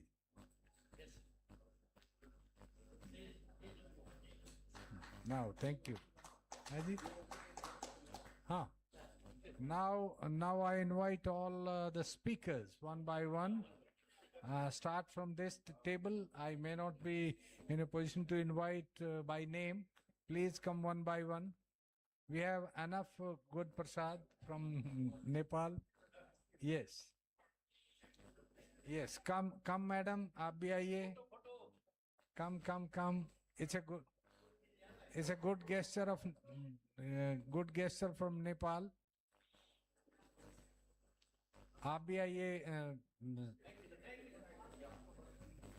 Please come. आइए. जय पशुपतिनाथ. आइए. और आप भी आइए. और मैं call नहीं भी कर पा रहा हूं तो आप सभी वन बाय वन आ जाएं. मैं बाई द वे कॉल नहीं कर पा रहा हूं. जापान वाले अपने दोस्त भी आ जाएं. All Japanese colleagues, they can also join. Please come. No one should be left out. All should come. Good. Thank you. It's a very good gift from all, including professor of university, your research scholars, everyone. आपको प्रसाद ज्यादा काम आएगा. Please come. Come forward. Nice. Come. Very nice. Good. Come. Sure. लो भाई. Janji. Please come.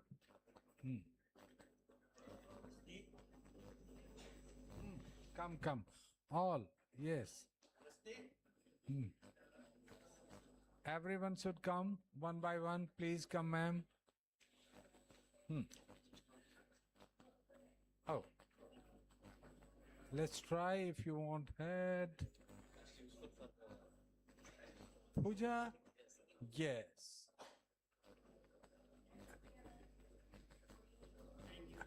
Any special choice for you? Which one? Okay, so have it. Nice. Thank you. So nice. Karnataka, if I miss some out, no one should be left out. कोई रह गया हो तो हाँ, I know. वो रह गए अपने GM. Please come. So nice. Please come. So nice. Everyone should get it. Oh, इसके बगैर प्रसाद तो लिया ही नहीं. Yes. ये original rudraksha from Nepal. Yes. हाँ, आप बच्चों को भी दें दोनों. और कोई रह गए हो? Anyone who is left or not available at the moment but in the room, his colleague can take it. Please come forward. We have plenty of good prasad. Okay. Nice. Thank you very much.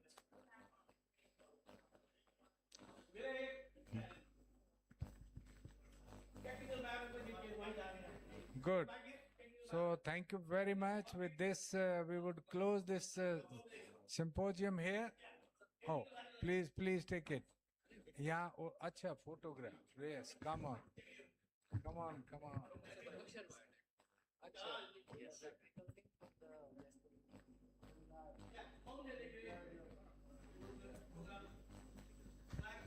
So with this, I believe it's a formal remarks over. Thank you very much. We close this session.